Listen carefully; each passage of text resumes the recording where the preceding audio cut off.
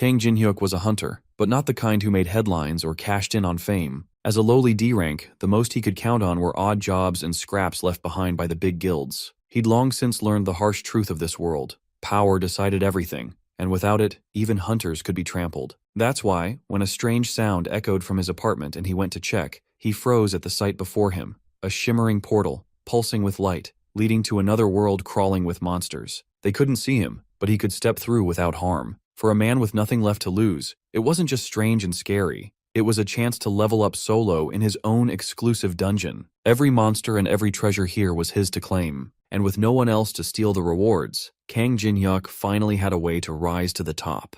With nothing left to lose, he takes a deep breath and steps through the portal, popping out on the first floor of a dungeon maze. He barely has time to look around before a goblin rushes at him from his left. He narrowly evades a stick to his face and dodges back into his attic. The goblin looks around confused and swings at the air. It seems like they really can't see the portal after all, and that means they can't come over to his side either. Now that he knows that, there's no reason to be scared. He equips a baseball bat and jumps back in through the portal to take the goblin head on. He swings the bat into the goblin's cheek, sending the creature flying, before following up with a stab to its chest. With the goblin defeated, he raises his bat and swings it down on its face, defeating it instantly. This was the first time he had ever hunted monsters alone, and since he didn't have to share experience points with anyone else, they were all his for the taking. With the goblin taken out, his level, which hadn't risen in 3 years, went up immediately. The goblin corpse was also his for the taking, and it could get him up to 3,000,001 if he sold it in the right places. The next day, he takes it to a hunter's market and tries to sell it off to a merchant. The man can tell that he doesn't have a lot of experience in dungeons because the way he handled the goblin significantly reduced the market value. Despite that, he still managed to get a price of over 3,000,001 just like he hoped for. All he needed to do was provide the name of the area where he hunted down the goblin, and he would get the payment immediately. That was something Jinhyuk could not tell anyone. If someone found out about the dungeon in his attic, his profits could go down the drain. While he's trying to figure out a way to get out of the situation he'd found himself in, a group of hunters from the Black Dragon Guild come barging into the area like a pack of hyenas. Someone stole a kill from their territory, and they are not happy about it. At first they think it's Jinhyuk and step up to confront him, but the merchant redirects their attention to a blonde-haired hunter who's oblivious to the situation. The hunters step up to confront him and beat him up till he can barely move. He snuck into their territory and tried to hunt monsters there without permission. For all they know, he could be the serial killer they've been looking for. With the man barely able to talk, they drag him out of the building to continue their interrogation. That man who was beaten to a pulp could have easily been Jinhyuk. Seeing a scene like that and knowing that he won't be able to lie about where he got the goblin from, he changes his mind about selling there. He needs to find another way to sell his loot without having to deal with the thugs from bigger guilds if he didn't want his life to be at stake. As soon as Jinhyuk gets back home, he decides to dive back into the dungeon and work on getting stronger. Before he heads in, he has to arm himself with enough equipment to be able to survive a trip into such a dangerous place. He arms himself with a teleportation stone that will allow him to teleport out of danger and back to his apartment,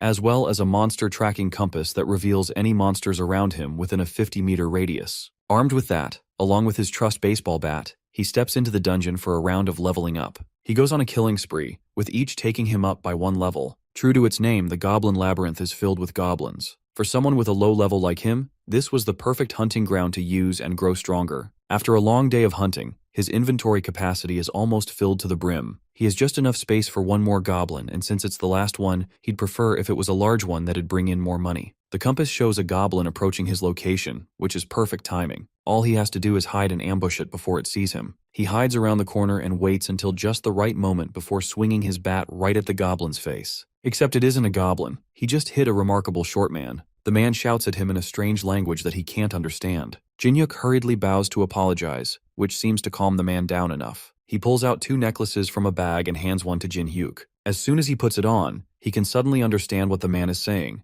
and he realizes 2 things. First, this man is very angry at him, which is fair considering that he just smashed a bat into his face. And secondly, this man isn't a man, he's a dwarf. A mythical race that he's only heard about in fantasy novels. The angry dwarf continues to yell at him while he helps to pick up the items that got scattered around. Everything he picked up seemed to be really high quality, but he barely got any time to admire them while being yelled at. The dwarf notices his bat and picks it up. He demands to know where Jinhyuk got it from, which confuses the young man. There's nothing special about it, but the dwarf seems very determined to know. It's just an ordinary aluminum baseball bat, but the dwarf seems to think it's made up of some kind of highly precious metal named orichalcum. This ordinary bat is so valuable to the dwarf that he believes no amount of money would be able to buy it. He offers Jin-hyuk a trade of some of his rare items in exchange for the bat, and seeing no reason to refuse, he follows the dwarf back to his workshop. The dwarf takes the bat deeper into his workshop while Jin-hyuk looks around the place. He glances at the weapons laid around the workshop and wonders which one he should pick, but the dwarf returns soon after with his new and improved baseball bat. For some reason, it's shining a bright red color and glowing slightly. Jin-hyuk wonders if this is really his bat after all, but the dwarf confirms that that's just one of the traits of orichalcum. It starts out as a soft and weak metal, but then it turns into a strong and durable material the more you enchant it. That word catches his eye. It seems that somehow the dwarf had enchanted his weapon. An enchanted item is a very rare item that only drops from very rare high-level monsters of A grade and above. Just testing out a few swings with the new bat confirms that it feels completely different than he remembers. It's almost impossible to believe that something as strong as this could be artificially created. This dwarf, as well as this whole dungeon, really could be the lucky break that he's been searching for this entire time. He checks the stats in a status menu.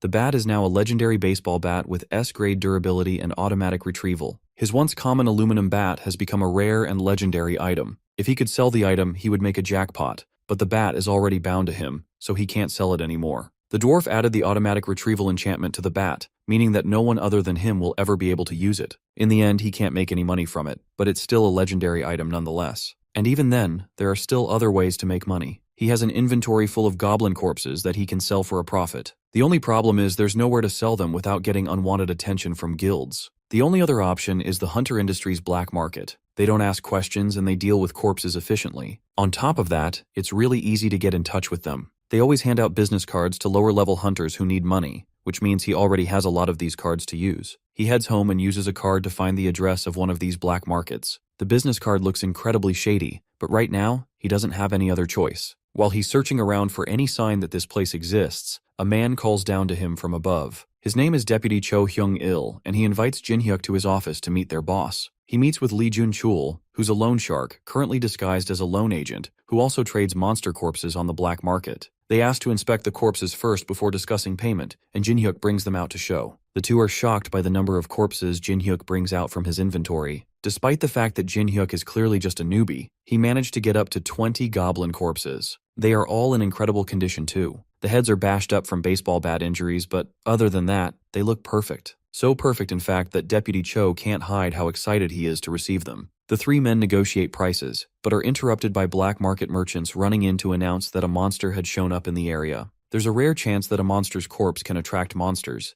and it seems laying out 20 fresh goblin corpses on the ground was more than enough to send out a beacon to monsters. What's worse, the monsters that had appeared were two orcs, which were way out of Jin-hyuk's league at the moment. At this rate, the only thing he can do to save himself would be to take the monster corpses and escape as fast as he can. However, it was already too late. The first monster had made it to them and looked ready to tear them apart. Since Jin-hyuk was the only hunter around, he was the only person strong enough to take them on. That doesn't mean he could take them on though, and the orc charges at him with its battle axe. He dodges the first swing, but the second swing comes down straight for his head. At such a close distance, there was no way for him to avoid it. It seemed like this was the end for him, and he was about to die pathetically. That's until his newly enchanted bat summons itself from his inventory and blocks the attack just before it can connect. The parry was so strong, it sent the orc flying back for a second. This seems to be another one of its enchantments, the presence detection effect. If that was the case with this new bat of his, then he just might stand a chance. The orc charges in again, but Jin-hyuk is more confident and ready this time. He grips the bat and aims downward, right at the orc's knee, causing it to lose balance. Then with the monster disoriented, he launches another attack at its face, cracking its neck and killing it instantly. Just killing a single orc caused his level to jump from 24 to 36 in one quick spike. He doesn't have any time to celebrate as the second orc finds them and rushes at him. This time though, he's ready. He dodges the attack, then runs up behind it and smashes his bat into the orc's back, before repositioning and sending one last attack straight to its head,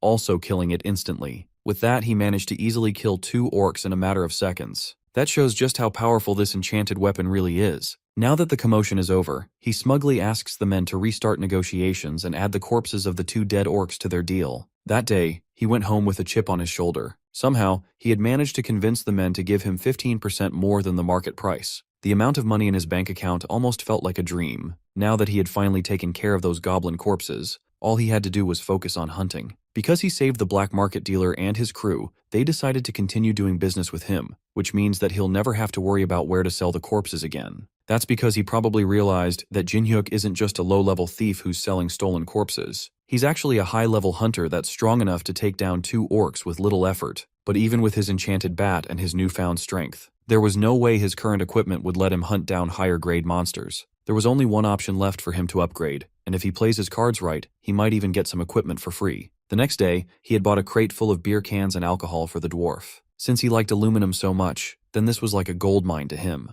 The dwarf can't believe that everything in the crate was filled with aurichalacum. He tried the beer, but spat it out immediately. The taste was horrible. To calm him down from another shouting match, Jinhyuk passed him some soju instead. This one is different, and the taste is enough to satisfy the dwarf for now, but it's not enough. There could be something more to give it the kick he's looking for. Since the opportunity had come up, the dwarf made a request to Jinhyuk. He needs to have something mined out for him. He sends Jinhyuk on a quest to mine out some mithril ore. But what does ore have to do with alcohol? Well, Jinhyuk wanted some free gear, so it's not like he had any choice of what he had to do to get it. If this was the best way to get the gear, then so be it. He journeyed further into the labyrinth and emerged at a clearing in a forest. This place is much larger than he thought. A system menu pops up in front of him, telling him that he had made it to the 2nd level of the labyrinth. Now he had the opportunity to record his location as a warp point. He had no idea what a warp point was, but he accepted the option regardless. That causes a gate to open up in front of him. This portal allows him to travel between the 1st and 2nd floors easily, just like a video game.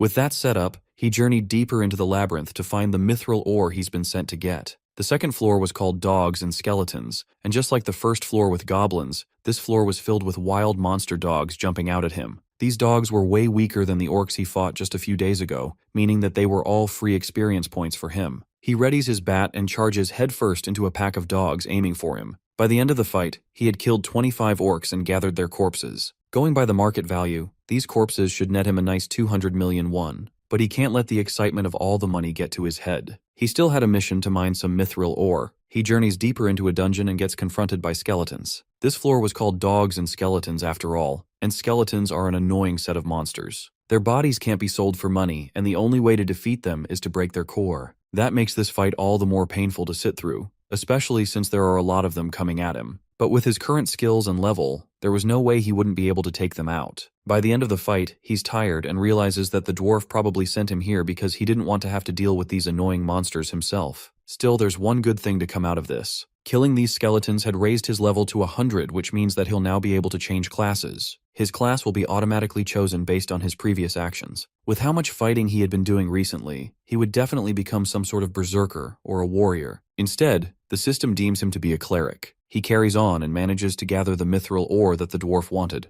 That's surprising since the dwarf didn't expect Jinhyuk to make it out of that experience alive. He may be alive, but he's exhausted from all the fighting he had to go through. Well, even with that, it's not like he came out from the encounter completely empty-handed. He managed to swipe some mithril ore for himself since it looked expensive, then he gave the rest to the dwarf. Since he managed to get the ore, the dwarf agrees to use some of it to make anything he wants. Since he already has a great weapon, the next thing he needed was some kind of armor to withstand heavy attacks from monsters, preferably something lightweight that should be easy to hide. The dwarf agrees and gets to work immediately. The process takes much longer than Jinhyuk can wait for, so he goes back home to take a nap for a few hours. He wakes up, half a dozen hours later, and goes back to the workshop to check on the dwarf's progress. By then, he's done making the armor, and he seems satisfied with it. It's mithril chainmail armor that should easily fit under his shirt and hoodie. He tries it on, and without warning, the dwarf attacks him with a hammer to his chest. There's no better way to explain something than with an explanation after all. That attack would normally have broken his ribs at least,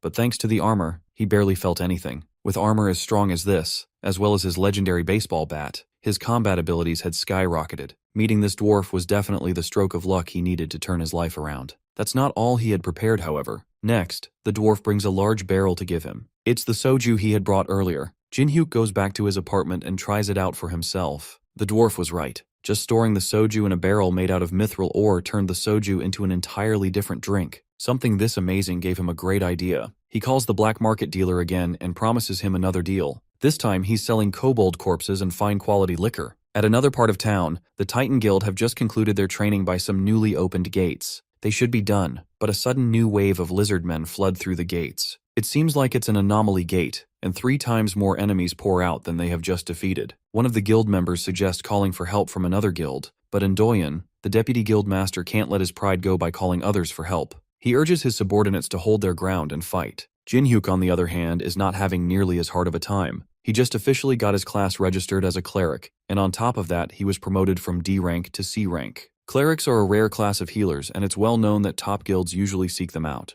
That means he might now be able to be recruited by a guild. Suddenly, a bloodied and beaten-up hunter barges through the doors looking for a cleric. Jin-hyuk raises his hand and volunteers as a cleric, and the man takes him back to the site where the Titan Guild members are taking in the hordes of lizard men. He's told to stand in the back line and heal as many people as he can with the other clerics. He wants to help in other ways, but the guild member assures him that all he has to do is stand in the back and heal them, then he'll get paid accordingly when the fighting is done. The healers being in the area is enough to support the guild members and give them a second wind to keep fighting on. But the waves are just too much for them to handle, and one of the other clerics suggests calling in a supporting guild to help take them out faster. At this rate, they'll all be wiped out if they don't do something. Just as he's thinking on what to do next, he feels a hostile presence behind him. His bat had just saved him from a fatal strike by one of the lizardmen. It somehow got past all the hunters and was trying to take out the healers starting with him. That means that the back ranks of their defense had been breached. There's only clerics at the back line. If these monsters got through them, they'd wipe out the guild members in an instant. Left with no other choice, Jin-hyuk grips his bat and swings at the lizardman that attacked him, sending him flying with a single attack. He informs the other clerics that there's been a breach and he's the only one that'd be able to block them. They got this far behind them thanks to a concealment technique, and now they were trying to ambush them from behind. Jin-hyuk instructs the clerics to focus on healing for now and to leave the lizardmen to him. It would be difficult, but he was the only one that could stop them. The other clerics are worried about him since they think he's just an ordinary healer like them. Jin-hyuk, on the other hand, rushes in to take them head on, telling them not to worry about him. He wouldn't be saying these kinds of things if he wasn't at least a bit confident in his abilities. Of course, even though he said all that, he was still nervous about the whole thing. But in the end, he actually managed to hold his ground against the rampaging monsters. One of them manages to get past him while his guard is down and heads straight for one of the other clerics. Jin-hyuk chases after it, then leaps off the ground and manages to stop it from attacking one of the clerics just in time. His rushed attack leaves him open to a stab from behind, but thanks to the dwarf's chain armor, it barely affects him. The monster is surprised that their attack didn't work, and Jin-hyuk takes that opportunity to counter with a bat swing to his face. Somehow he's actually holding them off by himself. Thanks to him, they can focus on healing without worrying about any sneak attacks. But that's not the only thing going in their favor.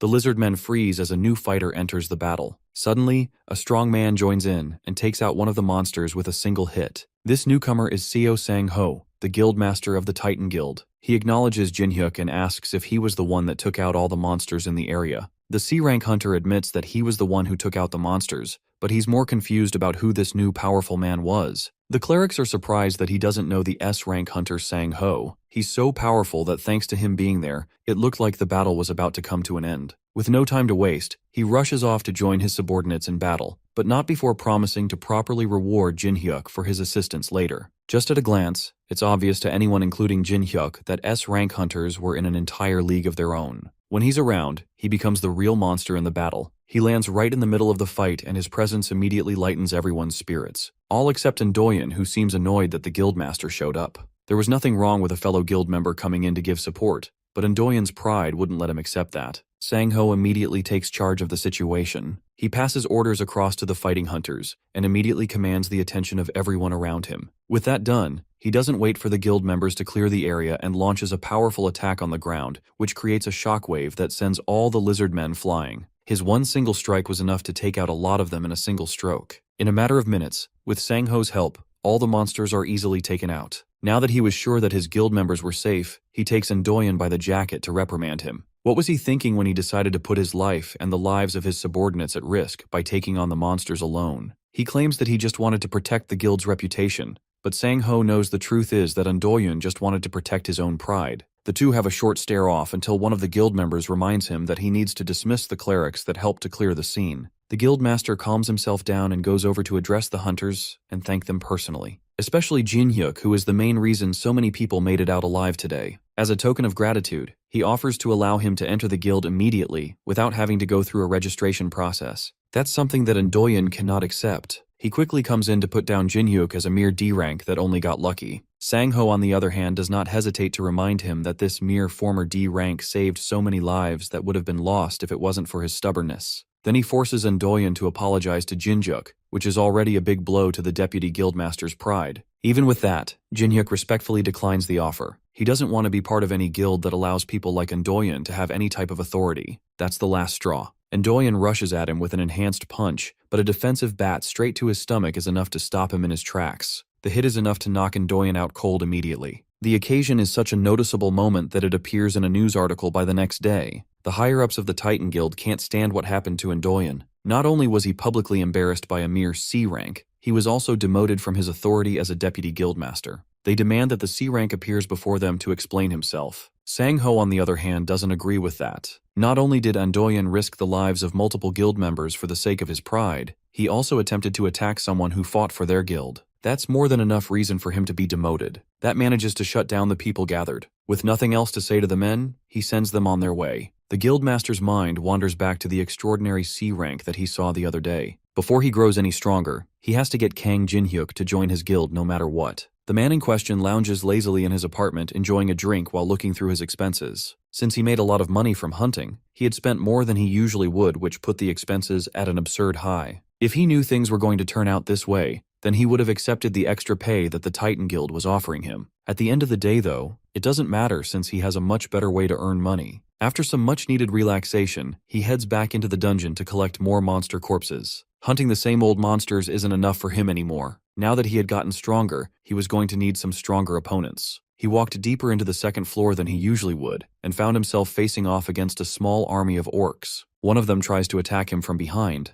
but he successfully sidesteps the attack before retaliating with an attack of his own. The hit defeats the orc immediately right as several others swarm around him through the hall. Just a few days ago, he would have been dead on the spot, but thanks to his new equipment, he's able to defeat all of them with ease. By the end, he counts up a total of 20 orc corpses, which should net him enough money to not have to worry about anything for a whole year. Since he still had a lot of stamina left, he decides to head a little deeper into the dungeon and finds himself entering the third floor named as the Temple Guardian's Labyrinth. At first glance, there don't seem to be any monsters in the area, but the sense of calm is almost immediately broken by a large tremor shaking the ground. A giant hand bursts out from beneath him, and Jinhyuk only barely manages to move out of the way. The hand belongs to a stone golem, which is an artificial monster built from mana. Its attacks are too fast for him to dodge, and they are so powerful that even when he blocks it, he still gets pushed back by a large amount. That leaves him with very little option but to try his best and fight back. The golem seems to be incredibly strong, but it lacks the intelligence to make use of that strength. Jinhyuk takes advantage of this and manages to land an attack on its head, shattering it to pieces and causing the creature to fall. But it doesn't take much time for it to start reforming once again. Jinhyuk forgot a crucial point of the golems. It can only be defeated by completely breaking its core. Realizing this, he tries to dodge back and create some distance to re-strategize, but the monster manages to regenerate hand fast enough to catch him before he can escape. There weren't many ways he could escape this trap, but then suddenly an arrow flies in and strikes the golem in its chest. Jinhyuk sees the opportunity and follows up with a sharp jab from his bat, breaking the golem's core and defeating it once and for all. He managed to make it out of that situation alive thanks to the random stranger that saved him with that arrow shot. He turns around to thank his savior, but he's shocked when instead of seeing the dwarf which he expected, he sees a beautiful-looking woman with some strange-looking ears. Those ears mean she's actually an elf. He bows his head and thanks her for saving him, but doesn't notice the elf rushing at him while his head is down. He only gets a second to see her before she grabs him by the collar and pulls him close for an interrogation. She hasn't seen him in this dungeon before. She's curious about who he is and where he came from. The elf clearly isn't from Jinhyuk's world. She doesn't know where he's from, and his outfit looks unfamiliar to her. She asks him a barrage of questions while he struggles to free himself from her grip. She eventually lets him go after he mentions that he entered the dungeon today. That means that he knows where the dungeon entrance is. She pushes him on the ground and drops her bow. She has finally found a way out of this dungeon. Jinhyuk stands up and demands to know what's going on with her being needlessly aggressive. The elf ignores him and instead demands that he takes her to the exit. He's not impressed by her just giving him orders out of nowhere. She's really pretty though, so he'll let it slide for now. She mentions that if he successfully guides her out of the dungeon, then she will adequately compensate him. After all, she's a platinum-ranked mercenary, so he can trust her. Her name is Lucia, and she's a half-elf that prides herself on being pretty famous. Surely he had heard of her from somewhere. Jinhyuk, though, has no idea what she's talking about or who she is. She repeats that she's a platinum-ranked mercenary and shows him her badge, but he still has never seen or heard of any of these things before. Did he come from some kind of rural area? How does he not know what the badge is or who she is? He tells her that he's from Seoul in Korea. It's her turn to be confused by the names he's calling, and she realizes that the crazy mage might have actually succeeded in his dimension hopping spell. She tells him of her suspicions. In simple words, a mage from her dimension cast a spell on this dungeon that caused it to hop over into his. Something like that doesn't sound possible at all, but it appears that this is exactly what happened. However, since it was a dimensional shift, that means that reversing the magic will allow her to return to her world. Jin-hyuk had felt that something was odd, but it turns out that this dungeon isn't even from this world. If this place returns to its original location, that could be a big problem for him. He asks her if she plans to send the dungeon back right now, but she can't. It would be too difficult to reverse the magic here, but there's a potential location that would be helpful. It's a hidden room on this floor that she found a long while ago while searching for an exit. She asks for his help getting there and promises to reward him for his help in getting there. The conditions don't seem too bad, so he agrees to help her reach the hidden room.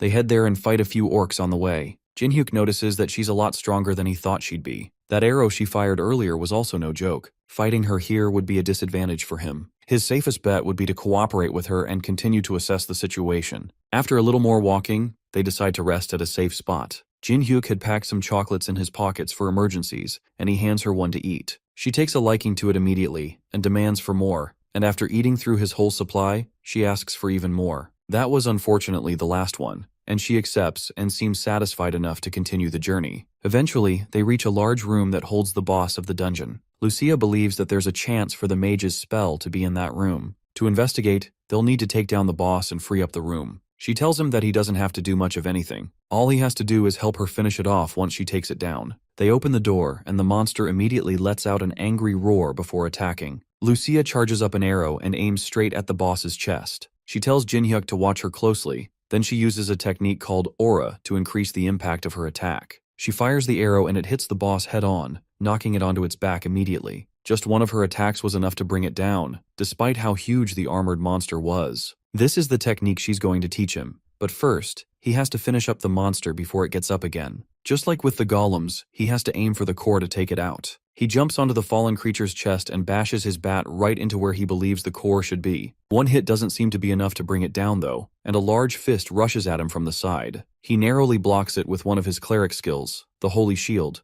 Then he uses his momentum to push himself back onto its chest. If one hit isn't enough to bring it down, then he'll just keep bashing it until it stops moving. Eventually, he busts the core open and the creature is finally defeated. He levels up again, almost reaching 200 at this point. Now that the creature is defeated, he returns to Lucia and asks her to teach him how to use Aura, but he already used Aura. His Holy Shield skill transformed his Holy Cleric power into Aura. To him it was just a class skill, but she doesn't know what that is. Besides that, if he can use skills like that, then it seems he will be able to learn how to use Aura faster than she thought. Since he has the potential to wield it well, that means that he might even be able to start enhancing his attacks with Aura right away. But first, there's a condition. She sends him back to get more chocolates for her. Back in the city, Sang-ho walks alongside his secretary Lee Hyena and discusses a new anomaly that appeared near Gangnam Station. It was detected yesterday, meaning that they have about 5 days to prepare before a powerful monster appears there. No matter how Sang-ho pictures it, there's no way his guild is going to be able to take it on by themselves. However, all the other major guilds have been dispatched overseas, meaning that the Titan Guild is the only one left in Korea to fight. Hyena will continue searching for capable hunters who are freelancing locally, but none of them seem reliable. Sang-ho, however, already has his sights set on someone else. In fact, coincidentally, that person just happened to be crossing the other side of the street. He excuses himself from his conversation with his secretary and chases after Jin-hyuk. He's carrying home a large box of snacks that the elf asked him to get when the guildmaster's voice catches his attention. He offers his proposal to join Titan Guild once more, but Jin-hyuk doesn't have any plans of changing his mind. In that case, Sang-ho offers Jin-hyuk a job as a mercenary. That way he can still work for the guild, but he won't be a part of it. The rewards are also substantial. That sounds more interesting, but Jin-hyuk promises to only think about it. He returns to the dungeon and presents the snacks to the elf. She happily eats them all, and it's obvious that they don't have this kind of food in her world. After her hearty meal, Jin-hyuk asks her why she's eating down in the basement when they have already defeated the boss monster. She points up at a magic circle on the ceiling and tells him that it connects the dungeon to the world he lives in. Because of it, she'll be staying down there for the time being to study it. So if he wants to learn more about Aura, he's going to need to bring her more chocolates. Now that she is done eating, she takes his hand to teach him how to use Aura. Firstly, she'll have to pour her aura into his body to show him what it feels like. Jin-hyuk immediately feels the power flowing into him. Lucia also notices the spike of power in his body after she poured in her aura. He seems to have more talent for it than she originally expected. The movement of holy power following through his body is impressive enough that she believes he will be able to grasp the basics by the end of the day. She commends him for his talent and asks him if he can remember the flow of aura in his body. He's confident that he can, and she acknowledges him before turning to leave the dungeon. She was supposed to investigate the magic circle first, but it seems like it would be faster to fully train him on how to use aura, and the best way to do that is through practical experience. She takes him to a different part of the dungeon and throws him into a horde of monsters. He fights an army of goblins and kobolds at once, but manages to hold his own against them while collecting their corpses as well. He turns to Lucia and asks her why he suddenly has to fight a horde of monsters when she told him that he would be learning how to use aura. She tells him that this is how he will learn how to use aura. Even though she infused a bit of mana into his body so he can get a feel of it, he's going to have to sense the rest on his own. And to do that, all he has to do is get the hang of activating aura using his holy power. And there's no better way to get the instinct for it than in the middle of real combat. He's more upset that she didn't tell him any of that, and instead just threw him into the action with no warning. While they're fighting, the ground starts to shake, and a stone golem emerges from the ground. It lets out a loud roar and pushes Jinhyuk away as Lucia continues to explain that he needs to face a true crisis to be able to unlock his potential. All he has to do is focus and try to feel the holy power coming from the shield he generates with his skill. The shield is made out of aura, so once he gets the hang of it, he'll be able to pick it up quickly. That's easier said than done since he doesn't consciously activate the holy shield. How is he supposed to feel any aura from something that turns on automatically? The monster brings down a huge fist towards Jinhyuk, and he blocks it with the holy shield once again, but this time, he feels something. It's some kind of energy gathering around his left hand, which was the hand that's activating the skill. This must be what holy power feels like. The monster pills back and attacks again, and Jinhyuk summons his holy shield again.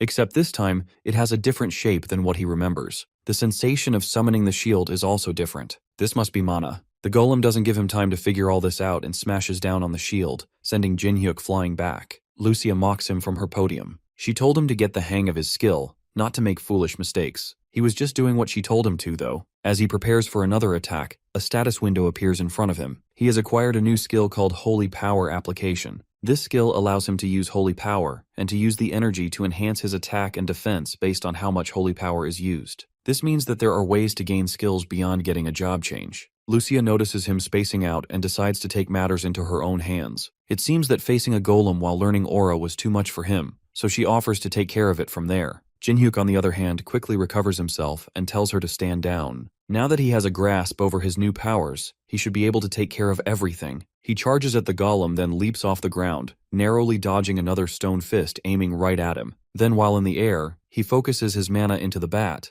then uses a front flip to gain more momentum before bringing the mana-enhanced bat down onto the golem's head. The monster falls, but he's not satisfied yet. He lands on its chest and focuses one more, trying to divert even more mana into his bat before bringing it down right onto the golem's chest, unlocking a new skill at the same time called Holy Aura. With his enhanced weapon, he stabs the golem with his bat and successfully breaks the core. By unlocking his Holy Aura, it also allowed him to gain new skills like Precision Strike and Unyielding. Thanks to Lucia's training, he was able to unlock 2 passive skills and an active skill. She, however, is more concerned about the fact that he learned how to use aura in battle so quickly. She was expecting to just teach him the basics and call it a day, but with this, she has to see things to the end. She takes one of her arrows and brings down a wall, opening up the area to an even larger horde of monsters. Jinhyuk is not impressed, but he readies his bat and prepares for another battle. The battle with the monsters in the dungeon took a lot out of him, and by the time he goes to sell the monster corpses, he's exhausted. He's so tired that the black market boss Jun Chul notices when they meet. He looks like he has just been through a war. Jun Chul decides not to ask too many questions and gets down to business by accepting the monster corpses. He also brings up the topic of the alcohol he sold to them last time. He marketed them as traditional artisan soju,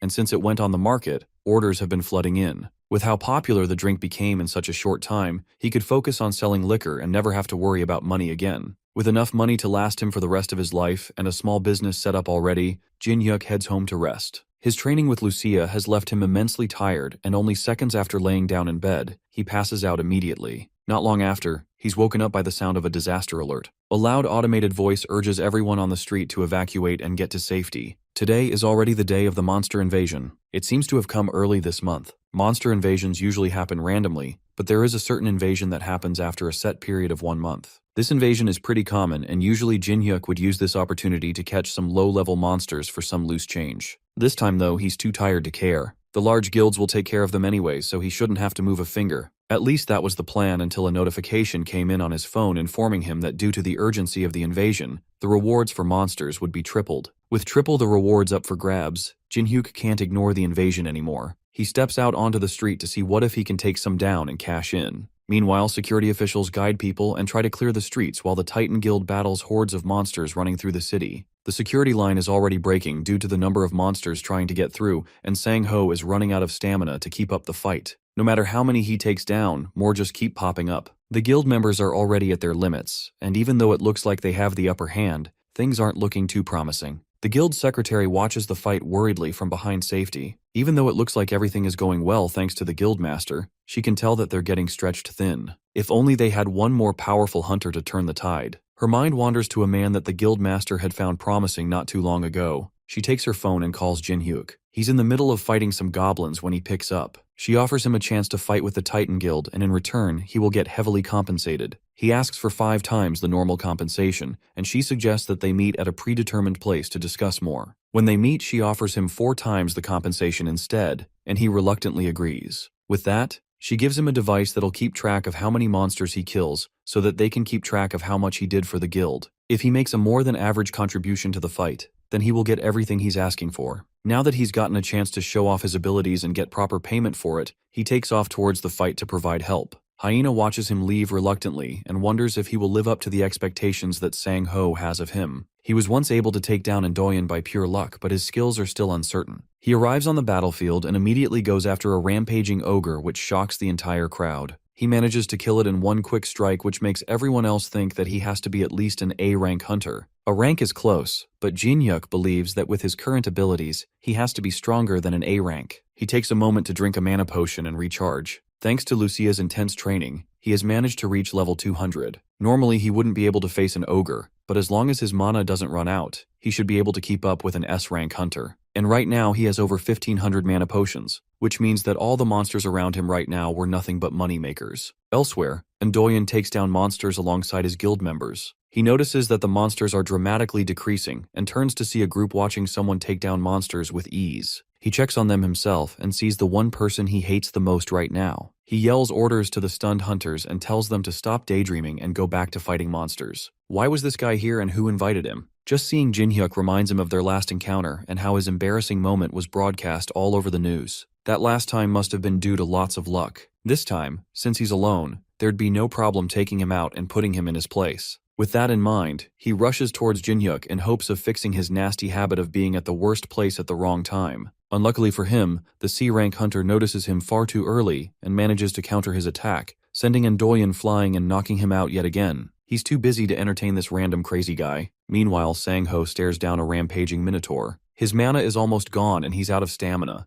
The minotaur raises its club to attack right as Sang-ho entertains the idea of retreating and regaining his stamina. But before it can hit him, a voice calls out behind him, and Jin-hyuk jumps in from above, grabbing the minotaur by the horn and slamming it into the ground. For a C-rank hunter to take down a minotaur in one hit, it looks like his judgment about Jin-hyuk was right on track. As he takes down the monster, Sang-ho approaches him to show his appreciation for the help. Jin-hyuk tells him that the guildmaster secretary called him and promised a hefty pay in return for his help, so there was no need to thank him. Sang-ho then takes this chance to once again ask him to join their guild. If he joins forces with them, then opportunities like these will keep popping up. Jin-hyuk takes a moment to consider it, then tells him that once they finish up the remaining monsters, then he'll think about it. As they're talking, Sang-ho gets a call from Hyena. She tells him to look at the sky. The clouds had turned back, and the weather had become fiery with lightning. Something huge and menacing was lurking in the clouds, and it did not look friendly. It shoots lightning down at everything, both monsters and hunters, and damages buildings as it flies around. It's so high in the sky that there's no way their skills will be able to reach it. That means that there could be no way to attack it. Sang-ho suggests going back to his guild to assess the situation and invites Jin-hyuk to join him. He reluctantly agrees, and together they meet back at his office. From there, they run different tests and see that nothing they've done so far has been able to affect it or defend against its attacks. Everything they've done so far to stop it has been nullified or destroyed. They need to find something with a huge amount of firepower that can also destroy things from a long range. Lucia immediately comes to mind, and he realizes that there might be a way to bring it down after all. As Jin-hyuk leaves to get Lucia, the executives of the Titan Guild come together to talk about how much favoritism Sang-ho is giving to a C-ranker. The other guild members try to think of other ways to bring the monster down without relying on Jin-hyuk,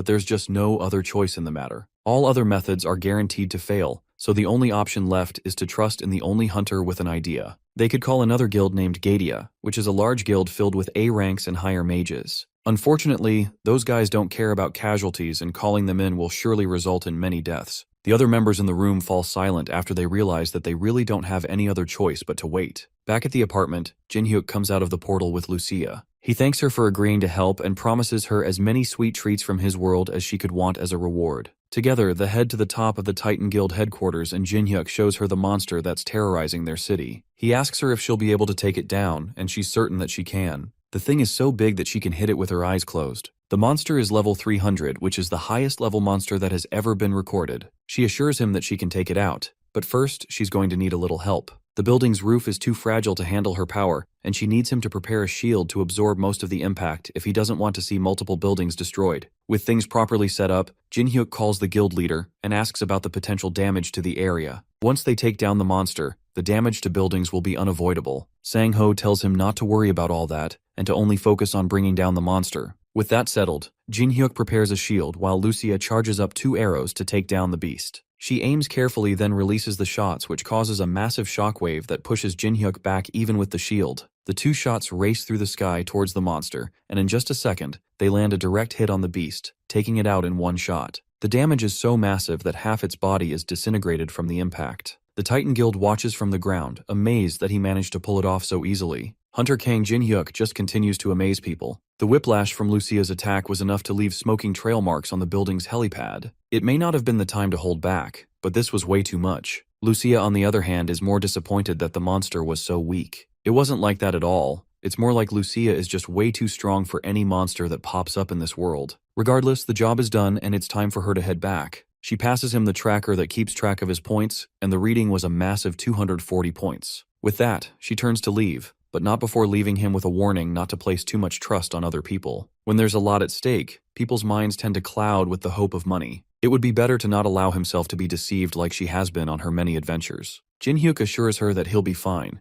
If he notices anything wrong, he'll make sure to take care of it. They part ways, and Jinhyuk heads down to the street where he's found by San-ho and his secretary. They catch up with him and ask him how he managed to take such a huge monster down by himself. He politely declines telling them and says that it's a secret. One of the executives with him takes offense at that and doesn't believe that a mere C rank can take down such a huge beast. But Jinhyuk shows them the monster tracker, which has a massive amount of points, showing that he really was the one who brought it down. Sang-ho stops him there and apologizes to Jinhyuk for the outburst. The executive watches them in anger. It seems that Sang-ho loves to side with a C rank more than his own guild members. In that case, it is time to find a change, because Sang-ho keeps standing in the way of the guild's future. He takes out his phone and places a call to an unknown number. By the next day, the rumor had spread all over the city that the giant monster was taken down by an ordinary C rank. The members of the Titan Guild don't believe it, but it's not that hard to verify. Word had even gotten around that the guildmaster personally offered him a direct entry into the Titan Guild, but he turned it down. He must be really confident in his skills to turn down such a huge offer from Sang-ho himself. The rumors had even managed to reach members of the Altron Guild, who had also received information that An Do-yoon had been hospitalized after the events of the monster invasion. He was known for his impressive skills, but information reveals that he was taken down by the rumored C-rank hunter. If that is true, then the rumors had some truth to them. The Altron Guild scouts decide to meet with Jinhyuk themselves and verify the information. He might have unlocked a hidden class, which was exceptionally rare for hunters to do. If that's the case,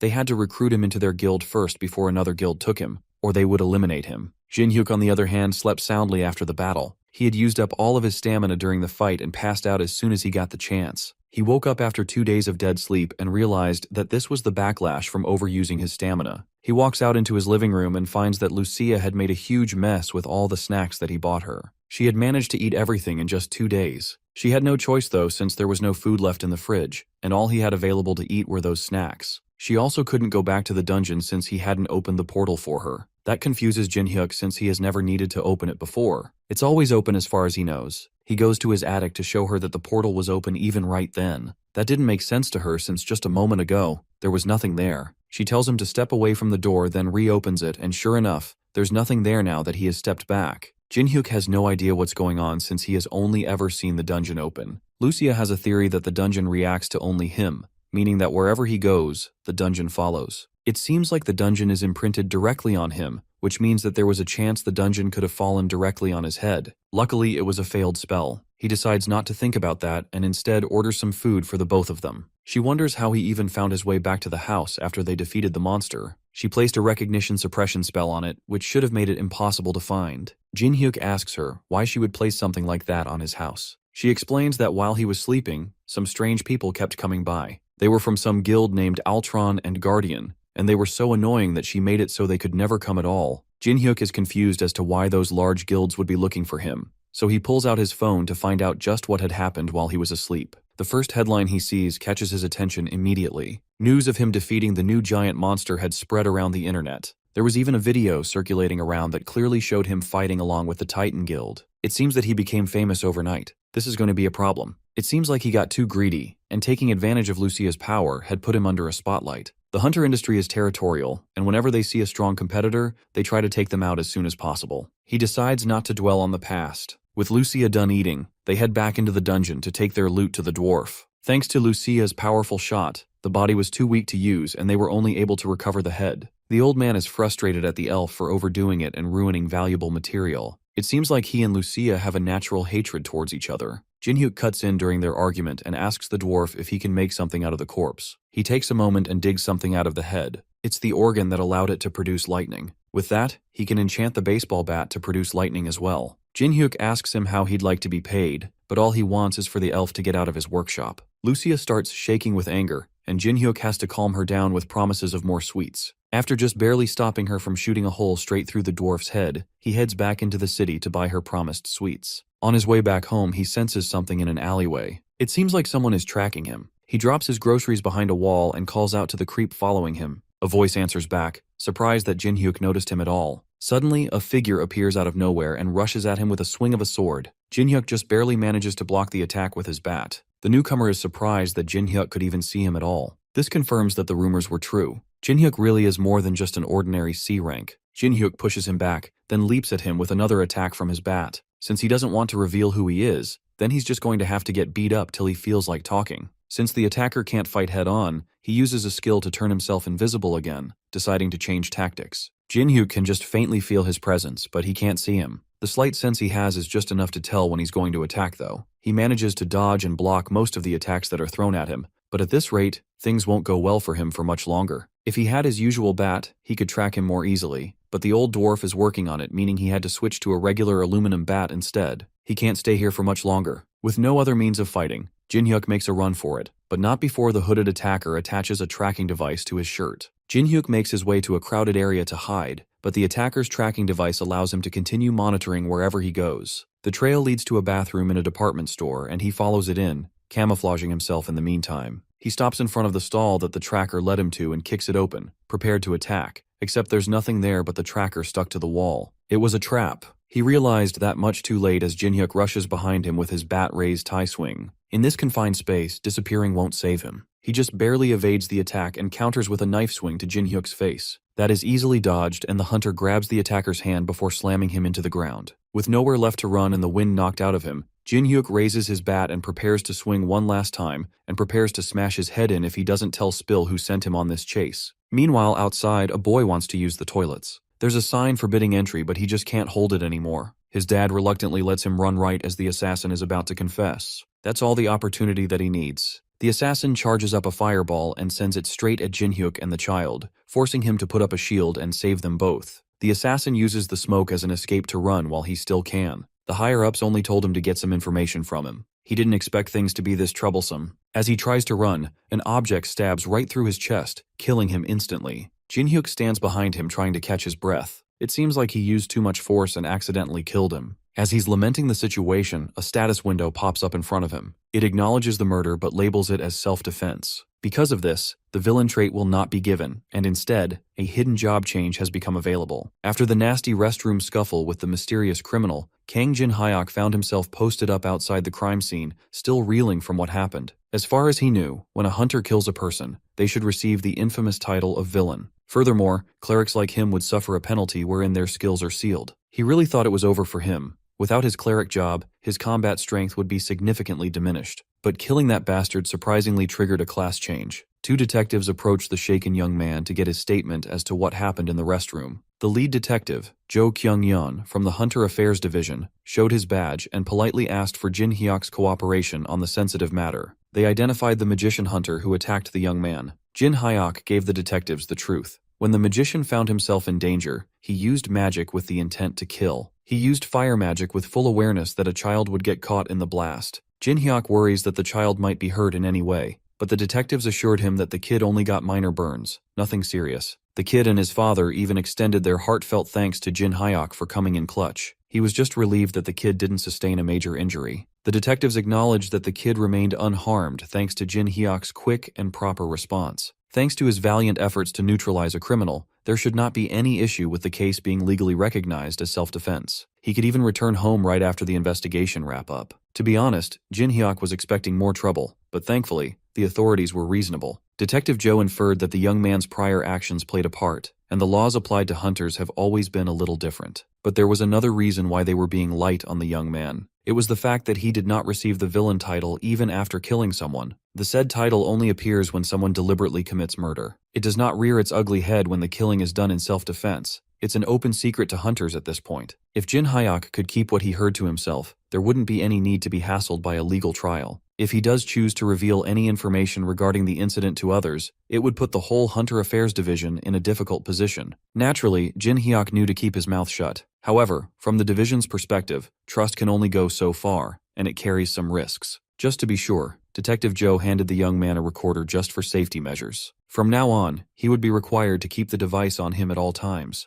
To put it bluntly, the monitoring device would get triggered if it picked up on 3 taboo words. As soon as it hears the words murder, villain, and self-defense, a signal would be sent to the authorities. As long as the young man keeps his mouth shut about the entire matter without speaking those taboo words, there should be no problems. Detective Jo urged Jin Hyok to go home and rest to wipe the shock from his system while the big boys cleaned up all the mess. Jin Hyok thanked the detectives and went on his way home with a sullen expression. As soon as he walked away, the detectives gossiped about the young man rumored to be the one who captured the rumored new type of monster. Even an amateur could plainly see that Jin Hyok was not a C-rank hunter at all. He managed to block a full-powered flamestorm without taking any damage while protecting a child. The high-level magician hunter criminal wasn't someone that anyone could just defeat. At this point, Jin Hyok's mysterious capabilities are more than just exaggerated rumors. What the division was sure of was that Kang Jin Hyok must have power far beyond a normal C-rank. The detectives could only hope that he stayed clean of unnecessary trouble to cultivate mutual trust. Finally, alone, Jin Hyok checked on his new class, the Inquisitor. It was a hidden class without any publicly available records available. He was hoping to acquire something like this someday,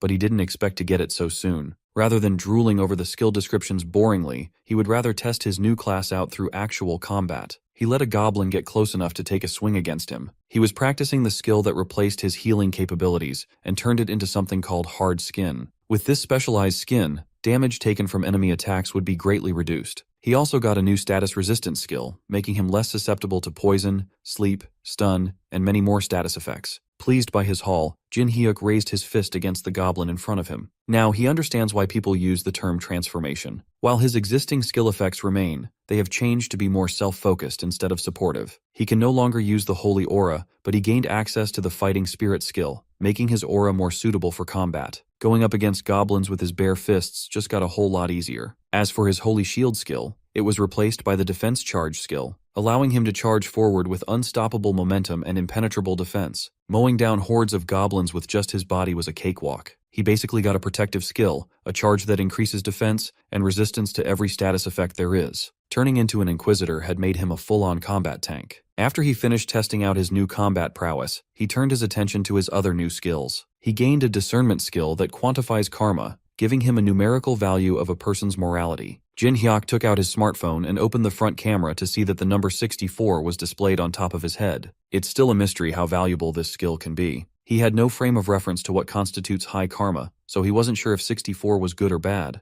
In addition, he got another skill linked to karma value, the judgment skill. Through this new ability, facing an enemy with a high karma value would boost his stats and additional effects. When facing enemies with 200 or more karma, stats increase by 20%, 50% against 300 karma, and 100% against 500 or more karma. In short, he'll get stronger when fighting against bad guys. This fact alone made the Inquisitor's job worthy of the hidden class distinction. Still, a class that openly pushes the host to take down villains is unheard of. After Jinhyok's experiment, he went straight to the forge. In there, the old dwarf just finished infusing his bat with the power of lightning. The bat can hold up to 3 charges of lightning, and it takes half an hour to recharge each charge. Of course, Jinhyok was very pleased with this power-up. He asked the dwarf how to use this new sick feature, and it turned out to be pretty straightforward. The old dwarf had caught a kobold trying to rob his workshop, so he tied the beast in the backyard. It would be the perfect testing dummy. The monster snarled and growled ferociously, but it could not break free from the chains. To shoot the lightning, Jinhyok doesn't even need to cast a spell or anything. He could just use it in the middle of a fight by imagining the attack in his head. The young man focused and kept his eyes on the prize. He took on a batting stance as if he was about to hit a nasty fastball while imagining the power of lightning coursing through the bat. Jinhyok took a deep breath and locked in. With one full swing, he launched a thunderball. It crackled and ripped through the air without resistance. As soon as it hit the kobold, the poor monster yelped in agony as untold volts of electricity wrecked its body. One charge was all it took to burn the monster dog to a crisp. The chains became undone as the kobold's physical body disintegrated into dust. Even its skeleton was burnt to black, showing how fearsome the thunder charge really was. The old dwarf was visibly proud of his outstanding work. Gaining access to a long-range attack would make fighting a lot easier for Jinhyok now. Now that testing was done, Lucia came up to Jinhyok and asked if they could talk for a second. The feisty elf took him to a corner and grabbed the weird pendant hanging around his neck. She confronted him about what he had been doing outside. Lucia had noticed that the young man no longer had any divine power in his body, not to mention the suspicious item he was wearing around his neck. She was just worried that Jinhyok was planning something strange. The young man defended himself, telling her that this was all just a misunderstanding. He gave Lucia and the old dwarf a rundown of what happened outside. He told them how he got involved in an incident that changed his divine power into something else entirely. Moreover, he can't go into specific details due to the odd trinket given to him by the detectives. In the old dwarf's mind, the solution was simple. He could just deal with the device first, so they could hear the whole story. The blacksmith would gladly tinker with the trinket, but Jinhyok would need to run an errand for him first. Old dwarf swore that the errand was nothing big. It would just be a simple favor in exchange for taking care of the device. After rummaging through his sack, he tossed a compass to the young man's hand. Just by looking at the compass, Lucia seemed to have gathered where the old dwarf was sending Jinhyok, and she looked worried. Clueless as to what he was getting into, the young man wondered if he was being sent to a dangerous place. This little errand brought Kang Jinhyok to a treacherous and mountainous path that seemingly defied the laws of physics. Using some basic hiking gear, he rappelled down a seemingly bottomless hole. That old dwarf sent him to such a dangerous place just to mine ores. While the young man was struggling, Lucia was just chilling. She even teased him for having a hard time with the descent. She asserted that he must follow her lead and never deviate or go off on his own if he doesn't want to get in trouble. Lucia flexed her acrobatic skills and jumped off the cliff gracefully. Without relying on the safety of a rope, she used her hand to scale down the cliff. Jinhyok just sighed. He can't possibly do what she can do so flawlessly. Lucia ragged on him for being too scared. From her perspective, he was just limiting himself and fearing for no reason at all. Without wasting any more time, the elf dove down the bottomless pit, unperturbed as gravity does the heavy lifting. Jinhyok considered that she might be right. Maybe he was being too much of a wuss, and he should just trust his improved capabilities. So, the young man released his anxious grip on the rope and followed Lucia on a free fall. He might as well try and experiment with his body just this once. Upon reaching the tail end of the descent, he used his hands and legs to halt his fall. Landing without an inkling of injury beside Lucia, Jinhyok finally realized that he was not a normal human anymore. The elf already knew that he had the hardware of a superhuman. He was just limiting himself out of old fears. Taking a break in the middle of the mission, they sat on a steep cliff and talked about what really happened outside. Lucia worried that removing the device might get Jinhyok in trouble, but the old dwarf said that it would be fine, so there must be a way. That blacksmith might be a little grumpy at times, but he's truly talented and trustworthy. Even Lucia, who hated the old dwarf's guts, admitted that the old fart is reliable when it comes to things like this. She's pretty curious about the values of karma that came with Jinhyok's new class. She asked what her karma level was, and Jinhyok answered that she had 82, the highest among the three of them. Jinhyok's at 64, and the old dwarf had 72. Considering the rough life that Lucia had led thus far, her karma being the highest did not surprise her. She had to do everything she could to survive after all. Even so, the difference between her and Jinhyok was a measly 20 points, and he only killed one person so far. Lucia, on the other hand, had long since lost count. Come to think of it, in the world she used to live in, there were saints who could distinguish good from evil with just a glance. Jinhyok asserted that he was far from being a saint, and she agreed. She was just saying that the ability to gauge evil exists in other worlds too. Anyway, Lucia wasn't too interested in looking for a mine for that old fart. She was more interested in thoroughly analyzing the young man's new abilities. When asked why she had such a vested interest in Jin Hyuk's abilities, she playfully answered that she just finds him entertaining. Since staying in an abandoned dungeon won't really give them a solid understanding of karma values, Lucia proposed that they go outside to do some experiments. Jin Hyuk feels bad for halting the mission for the old dwarf, but he also wants to understand his new abilities better first and foremost. As Lucia said, staying in a dungeon with just the two of them won't deepen his understanding, so he fished something out of his pockets. Though he felt a bit sorry for the old man, he brought out a return stone to instantly return to a predetermined location he had assigned in the outside world. Upon crushing the stone in his fingers, a dimensional rift opened up right where the two of them were standing. Lucia was taken aback for a moment before being swallowed up by the portal. Surprisingly, doing this increased Jin Hyuk's karma. A few minutes later, the duo found themselves in the middle of the bustling city street. Lucia got herself a drink while Jin Hyuk worried that her camouflage magic wasn't helping detract attention from them. She already told him that she hid her original appearance using magic to blend into the crowd, but the illusion of her wearing human clothes just made them stand out even more. Every person around them cannot take their eyes away from the beautiful woman sitting with Jin Hyuk. Lucia cheekily insisted that she couldn't conceal her beauty, so camouflage wasn't helping much. As much as Jin Hyuk wanted to disagree, he couldn't. Lucia might be the prettiest woman he had ever seen. Enough with the useless chatter. Lucia wanted to summarize what they know about karma values thus far. Simply put, doing bad things accumulates karma. For example, Jin Hyuk's karma value increased by 1 point due to his failure to keep his promise to the old dwarf. Besides hurting others, karma can increase through other nasty things. On the other hand, if it's consensual harm, like in a self-defense situation, karma values don't go up. They still don't have the baseline of what constitutes high or low karma, but if it's over 200 points, a person is recognized as a villain. Killing someone in the 200 karma value threshold won't get you penalized. It would be considered self-defense instead of murder. The powers that be no longer see them as human. Since even Lucia and the dwarf haven't reached 100 points, you have to be pretty evil to get over 200. Jin Hyuk had been observing people the whole day, and he hadn't even seen an average pedestrian with over 50 points of karma. They're probably wasting their time in a relatively peaceful public place. They need to go to a scummier area to see some real high karma people. Luckily, a place where bad guys gather was easily accessible through the red light district of the city. Lucia was fascinated by the blaring lights in the streets at night. She asked if people weren't afraid of being spotted by monsters or anything like that.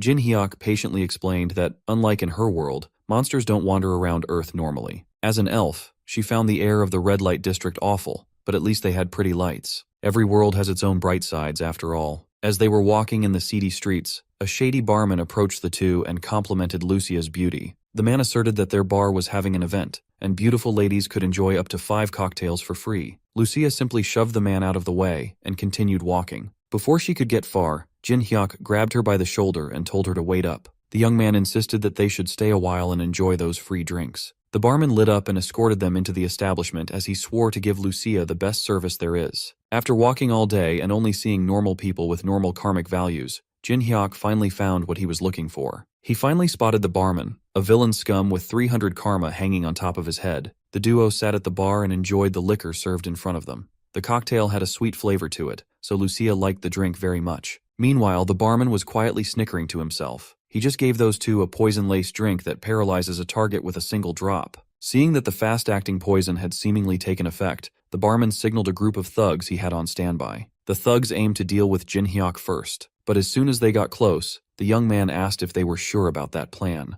Due to his status effect resistant skill activating, the poison in the liquor was useless. Jin Hyuk quickly turned around and delivered a staggering blow to one of the thug's jaws. The young man smiled at the fact that he could finally stretch his limbs against these scrubs. He pulled back and wound up another punch that struck 2 goons at once, a 2-for-1 deal if you will. Based on the distance covered by these flying fools, it was plain to see that the force behind his punches was deadly. Before giving the goons any time to regroup, he pivoted his foot in a sharp motion. He used his other leg to kick another one in the face. One kick was all it took for a knockout. Meanwhile, Lucia slowly opened her eyes as the effects of the paralytic poison gradually dissipated in her body. She turned around and saw a bunch of goons lying on the floor, taken down by Jin Hyuk. Lucia was confused and asked what was happening. Well, the young man was just cleaning up trash. The barman saw everything unfold and finally called his trump card to take action. Buzzcut took his jacket off, and his muscles bulged through his shirt. He knew that he had to take the young man seriously. Buzzcut dashed with impressive force, and the duo just looked at him apathetically. Jin Hyuk fixed his eyes on the man's hulking figure dashing in his direction. Lucia took another shot of the poisoned cocktail and asked if he needed some help. He declined, knowing that he could take another goon by himself. Buzzcut felt infuriated as the duo talked as if he was a non-factor. He swung his best punch only to get stopped by a perfectly timed grab.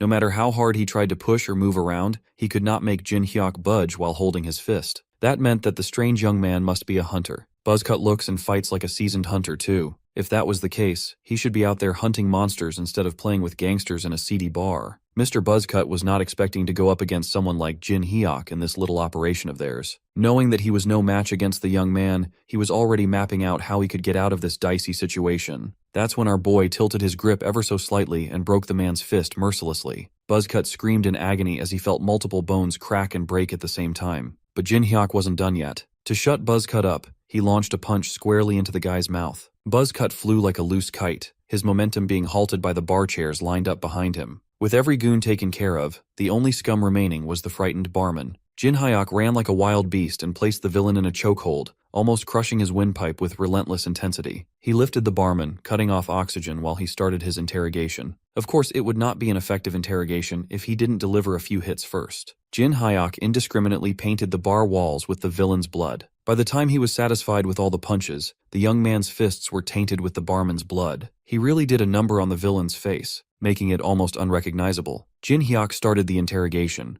It was obvious that this was not the first time the barman pulled something like this, and to run this operation, he must have someone backing him up. The barman vehemently denied that he had any backing or anything like that, but there was no way a worthless thug could get away with repeatedly spiking drinks and abducting women without getting caught. Those hired gangsters must also be affiliated with some bigger power. It's impossible to hire them without some organization's support. Jin Hyuk looked the villain in the eyes and gave him one last chance to talk. Even after being beaten up and threatened, the barman continued to deny any involvement of a backer. Going this far to not snitch must mean that the barman's incredibly loyal, or whoever's behind everything is scarier than the beating he's taking now. To see which one was true, Jin Hyuk had no choice but to get even rougher. He grabbed one of the barman's feet and started pulling. Confused and scared, the villain started squirming around and screaming. Jin Hyuk insisted that he was simply helping the guy find the motivation to talk in any way possible. Barman tried to act tough and asserted that violence wouldn't make him talk, but the young man begged to differ. Before Jin Hyuk could do something more horrific, Lucia interjected and told him to get out of the way and stop with his barbaric and complicated methods. She manifested a mysterious power in her hand and slowly brought it up to the barman's face. The villain went from scared and confused to relaxed and loose, albeit still ugly. As soon as Lucia's mysterious power entered the barman's system, a few seconds of silence passed. Suddenly, his face twisted into demonic insanity, and he started asking the duo if they were sent by an organization called Altron. He crazily insisted that no matter how much crap Altron pulls, it's too late now. Whatever Lucia did to this guy made him a mumbling fool.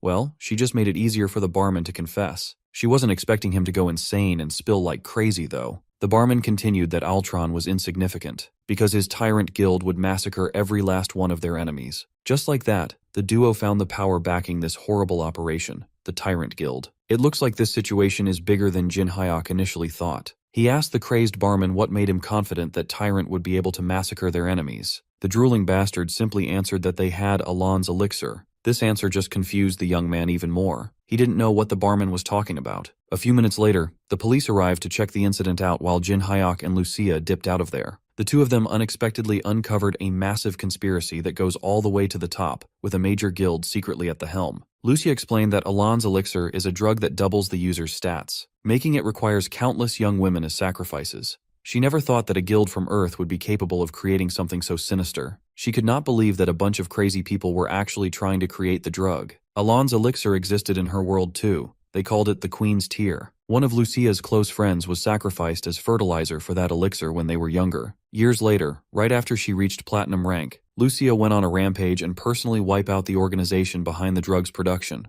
That explains why she had a grim look on her face ever since they left the bar. The question now would be what they're going to do next. Since the barman spilled that the elixir was almost complete, they just needed to wipe the Tyrant Guild out before its completion. At the same bar, right after the police left the scene, a man covered in all black reported what happened to his superiors. He had a mask and glasses that covered half of his face. Based on his own investigation, the incident in the bar wasn't an internal dispute. What's strange was the perpetrators only killed the barman and left. This bizarre method wouldn't be used by another guild or someone on their side. The masked man's next assignment was to find out who interrupted their operation as soon as possible. He was confident that he could deliver the perpetrators with haste. Let's turn our attention to our friends at the Titan Guild. Currently, the top brass is on an overseas business trip. According to the competent secretary Lee Hyena, the results of their Hong Kong trip were excellent. If their first half performance continues to improve like this, they might be able to entertain the idea of recruiting 15% more guild members. The guild was thriving, but Titan Guild leader Seo Sangho was not feeling too well at the moment. He was stressing over the news regarding Alon's elixir. Just as he expected, Lee Hyena had never heard of such a thing.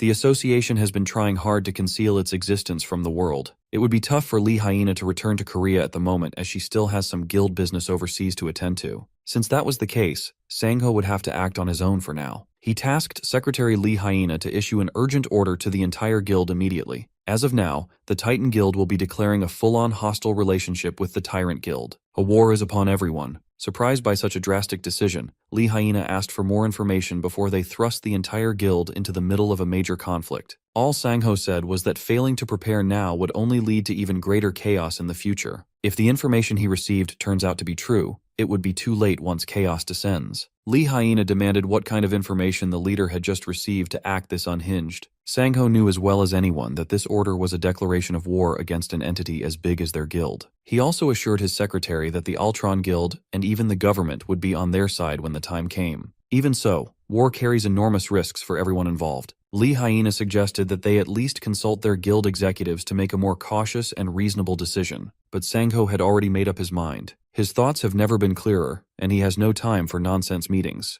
Just by looking into his eyes, Lee Hyena knew that the leader had already made up his mind on this matter. Sangho's usually the cautious type, yet he's making such a decisive decision. He understands that she's feeling some reservations about acting blindly without much information at hand. For now, Sangho needs Lee Hyena to trust his call and declare the order confidentially within the guild, while they conduct hushed investigations. The official announcement of war can come later. As for the internal investigations, Sangho already had a few people he wanted more info on. What prompted this sudden shift in Sangho, you ask? Obviously, it was a single text from Jin Hyuk regarding Tyrant's plan to create the sinister drug through human sacrifice. Lucia was just chilling in Jin Hyuk's crib, eating her sweets and nagging the young man regarding his plans. She was glad to know that there were some trusted and level-headed people in this world like Seo Sangho. If no one agreed to join forces and destroy the Tyrant Guild, she would have handled the matter herself. It helped that the method to create Alon's elixir was undoubtedly inhumane. Jin Hyuk asked when the elf would go back to the dungeon instead of emptying his pantry all day, but she refused to go back to the boring dungeon and miss out on the raid against a villainous guild. She reckoned that the Tyrant Guild must not be ordinary hunters if they were crazy enough to concoct something so sinister. Even Jin Hyuk had to admit that he couldn't handle such a large organization by himself. At least not yet. Lucia officially offered her help in wiping out those scum together. Jin Hyuk thanked her for doing so, even if she didn't have to. Suddenly, someone started knocking on the door and calling Kang Jin Hyuk's name. He wasn't really expecting anyone, so this was an unexpected surprise. Maybe it was just a delivery.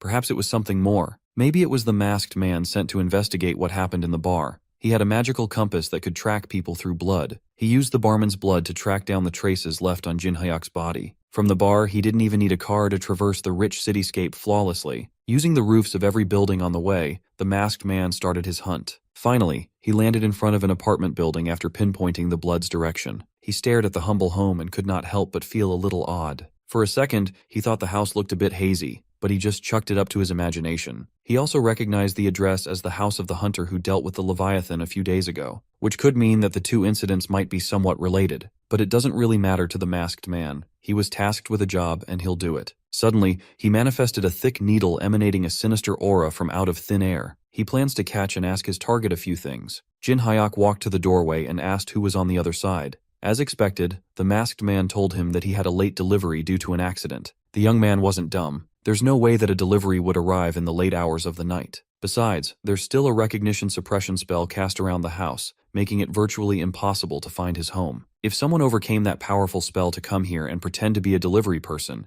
they must be up to no good. Nevertheless, Jin Hyuk opened his door while maintaining his vigilance as the masked man forced his way inside with the sinister needle in hand. He was expecting some dirty tactics, so it wasn't hard for Jin Hyuk to catch the villain's hand as it aimed for him. He cheekily asked if deliveries come with poison darts as a bonus these days. The masked man was supposed to be the one doing the sneak attack, yet he was the one caught off guard. Lucia chimed in and fired an arrow from her bow while hurriedly telling Jin Hyuk to move aside. The arrow's speed and velocity were unparalleled. It was practically impossible to dodge at such close range as it pierced the villain's body. The force behind the shot sent the masked man flying out of the second floor. He bled profusely as the arrow dug deeper into his flesh and organs. Lucia loaded up another shot and asked Jin Hyuk to step aside as she intended to finish the bastard off. Jin Hyuk waved her off and insisted on handling the problem himself, as the masked man must be looking for him because of what happened in the bar. Lucia warned him that the assailant wasn't ordinary by any means, as he managed to survive one of her arrows. As the masked man tried to dislodge the arrow, he shivered as he wondered just who on earth was that woman who pushed him to such a critical state in one attack. He finally got the tip out, bleeding all over the pavement. Every cell in his body was telling him to retreat for now. By the time Jin Hyuk tried to catch up, the masked man was already doing injured parkour on top of the neighboring roofs. Lucia asked if the young man wanted to give chase, but Jin Hyuk found it too troublesome.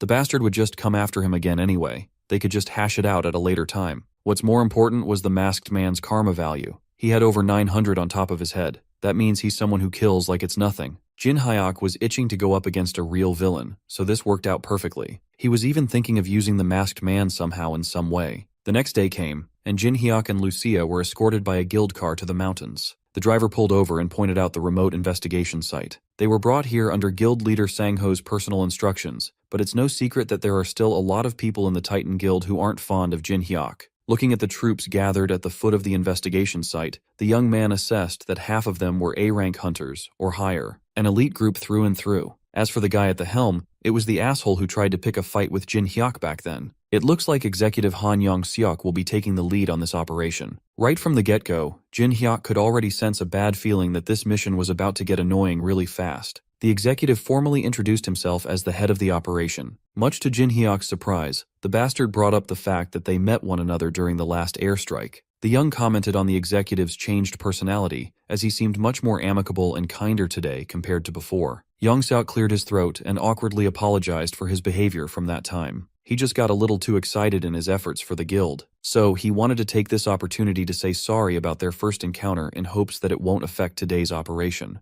Yong-seok also asked who the woman that Jin Hyuk had brought was. The young man introduced Lucia as a skilled colleague who wouldn't be a hindrance to the mission. There was no mention of any other additional personnel, so the executive was a little rattled. But before he could protest, the recon team they sent ahead had come back. Yong-seok excused himself for a moment to listen to his scout's report. Sure, the bastard might have apologized on the surface, but he was still looking down on Jin Hyuk and Lucia, thinking that they were merely C-rank noobs. It doesn't matter how strong they are anyways, this four-eyed bastard has his own agenda in this mission after all. Lucia immediately picked up on the executive's duplicitous nature and consulted Jin Hyuk if they would just let the guy lead. He assured her that they'd be fine. More importantly, someone has been tailing them since earlier. Both Lucia and Jin Hyuk clocked their not-so-covert tail long ago. The young man opted to let this pursuer be, as they could use him elsewhere later. Before the raid started, Jin Hyuk handed Lucia a bright magical crystal. The little gem is a communication item. It allows contact with anyone within a 10-kilometer range. They'll need it later, so it's best to keep it handy. Yong-seok came back with the confirmation of the initial reports. From what they've gathered, it's clear that the Tyrant Guild is involved in human trafficking. As for the plan of attack, the executive actually wanted to ask Jin Hyuk for a favor. After investigating, the recon team found a strong barrier installed around the building. They also believe that there's only one person capable of breaching that barrier without being detected. Yong-seok insisted that there was no one more suitable to sneak through the barrier than Jin Hyuk. The young man freely called him out for essentially requesting a literal death walk behind enemy lines. The executive continued playing the part of an impartial team leader. He even sarcastically claimed that only the man who took down the Leviathan could pull off this stealth mission. Besides, rather than moving with the Titan Guild members, whom he never worked with before, it would be much easier to work on his own. Yong-seok was just putting everything on Jin Hyuk's shoulders. He's blatantly passing on all the risks to one person. They might think that they're getting one up on Jin Hyuk, but this is precisely the situation he was hoping for. So, Jin Hyuk joined a select team of Titan Guild hunters to sneak into the part of the barrier where they could penetrate. The plan is simple. The magic team will create a small breach in the barrier, and Jin Hyuk will have to needle his way in. They reached the eastern facade of the facility and sped up. This incompetent magic team can only sustain a small breach for a few seconds, so Jin Hyuk needs to act fast and run with all his strength. Without wasting another moment, they started working on the barrier to give the young man a sliver of entry point. Jin Hyuk doesn't even mind that he is getting played and deliberately delivered to the enemies. He was just curious as to what the Tyrant Guild was hiding in these mountains. As soon as the breach was established, he ran inside the barrier and excitedly looked around the compound. Jin Hyuk hit the brakes and summoned his trusty bat, only to see an odd sight in front of him. The appearance of the base inside was completely different from what it looked like outside. The protective barrier must have been layered with a distortion effect. First things first, He needs to find the entrance to this massive base camp. After a few minutes of walking around without action, he found it odd that there were fewer guards than he expected there to be. The first guard he spotted was posted up near the barrier, seemingly guarding an entrance. If there's a guard, there must be something that needs to be guarded. This was Jin Hyuk's most promising lead yet. He took to the air and raised his bat, imbuing his monstrous strength on his wind-up. Jin Hyuk swung his bat, and much to his surprise, the guard standing by turned to smoke as his weapon hit the ground. It turned out to be an illusion, and not a real person. He thought he could knock a guard out to capture and interrogate so he could open the door, but now it's solely up to him to figure that out. Much to his surprise, this supposedly secure facility had automatic doors like a freaking supermarket. The defenses were laughably lax, and it doesn't even look like they had CCTVs installed. They must think that the women they abducted had no chance of escaping anyway. Just to be sure that he won't get bamboozled, Jin Hyuk brought an insurance policy through his inventory. He retrieved an EMP generator made from the materials of electric-type monsters and casually dropped it on the floor. With this, any communications or security devices in the immediate vicinity would be disabled. This is why he left a magic communication crystal with Lucia. As soon as the EMP took effect, Jin Hyuk planned out his next steps. With the whole compound cut off the grid, it's about time to get started on his actual mission. From a distance, the masked man continued keeping a close eye on Jin Hyuk. He was starting to piece together the young man's involvement with the bar accident and the Titan Guild. Just like everyone else, the masked man seems to have his own hidden agenda too, and Jin Hyuk plays a crucial role in making it go smoothly. As a result of the EMP that Jin Hyuk set off, one of the idle guards of the facility watched as his game was interrupted as his phone died. The guard blamed the countryside's remoteness for messing with his gaming time. When he finally sensed that something wasn't right,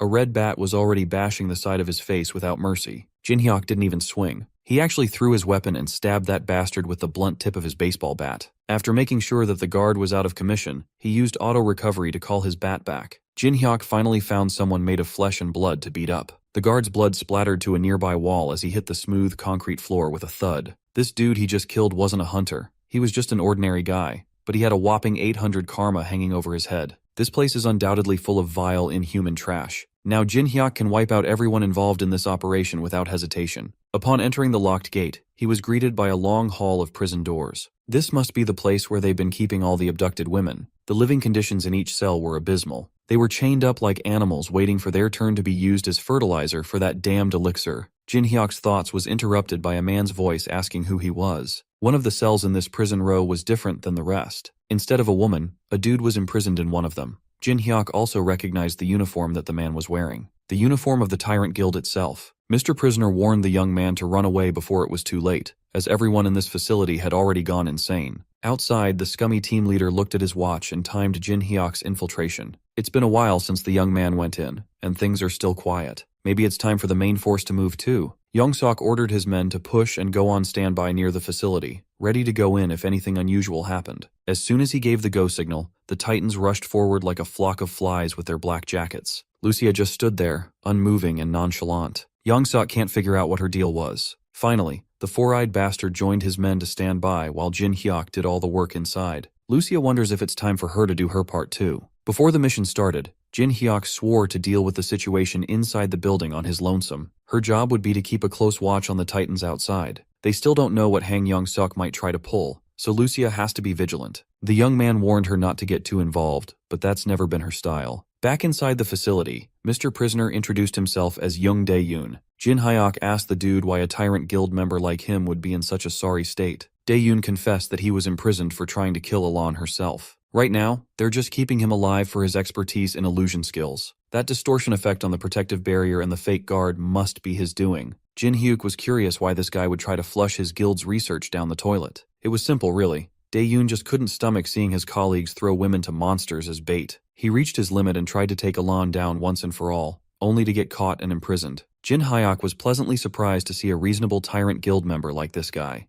Even his karma score was low, only at 62. The young man formally invited Dae-yoon to work together and take down this damned facility. Meanwhile, the grunt assigned to monitor the control room was sleeping soundly in his comfortable office chair. Finally waking up, he realized that he must have dozed off on the job again. He always gets sleepy at this hour, so it was nothing new, and nothing ever happened in this place, so it was fine. Instead of waking up to live feeds of the entire facility, he woke up to black screens. He looked around to try and understand what was happening, but to no avail. Panicking, he tried to turn the system back on, but the problem was the power source fried by Jin Hyuk's EMP. Every electronic device, including smartphones, was out of commission. The entire computer system is down, and he slept through it. The control room guy is in the running for Employee of the Month. Right outside the command center, a few of the Tyrant boys were playing some cards to pass the time. They were having a jolly old time until the control room guy started yelling about some emergency. The Tyrant boys were alarmed, and worse of all, their game was interrupted. The control room guy informed everyone that the entire system was completely offline. To make matters worse, all the women are gone from their prison cells.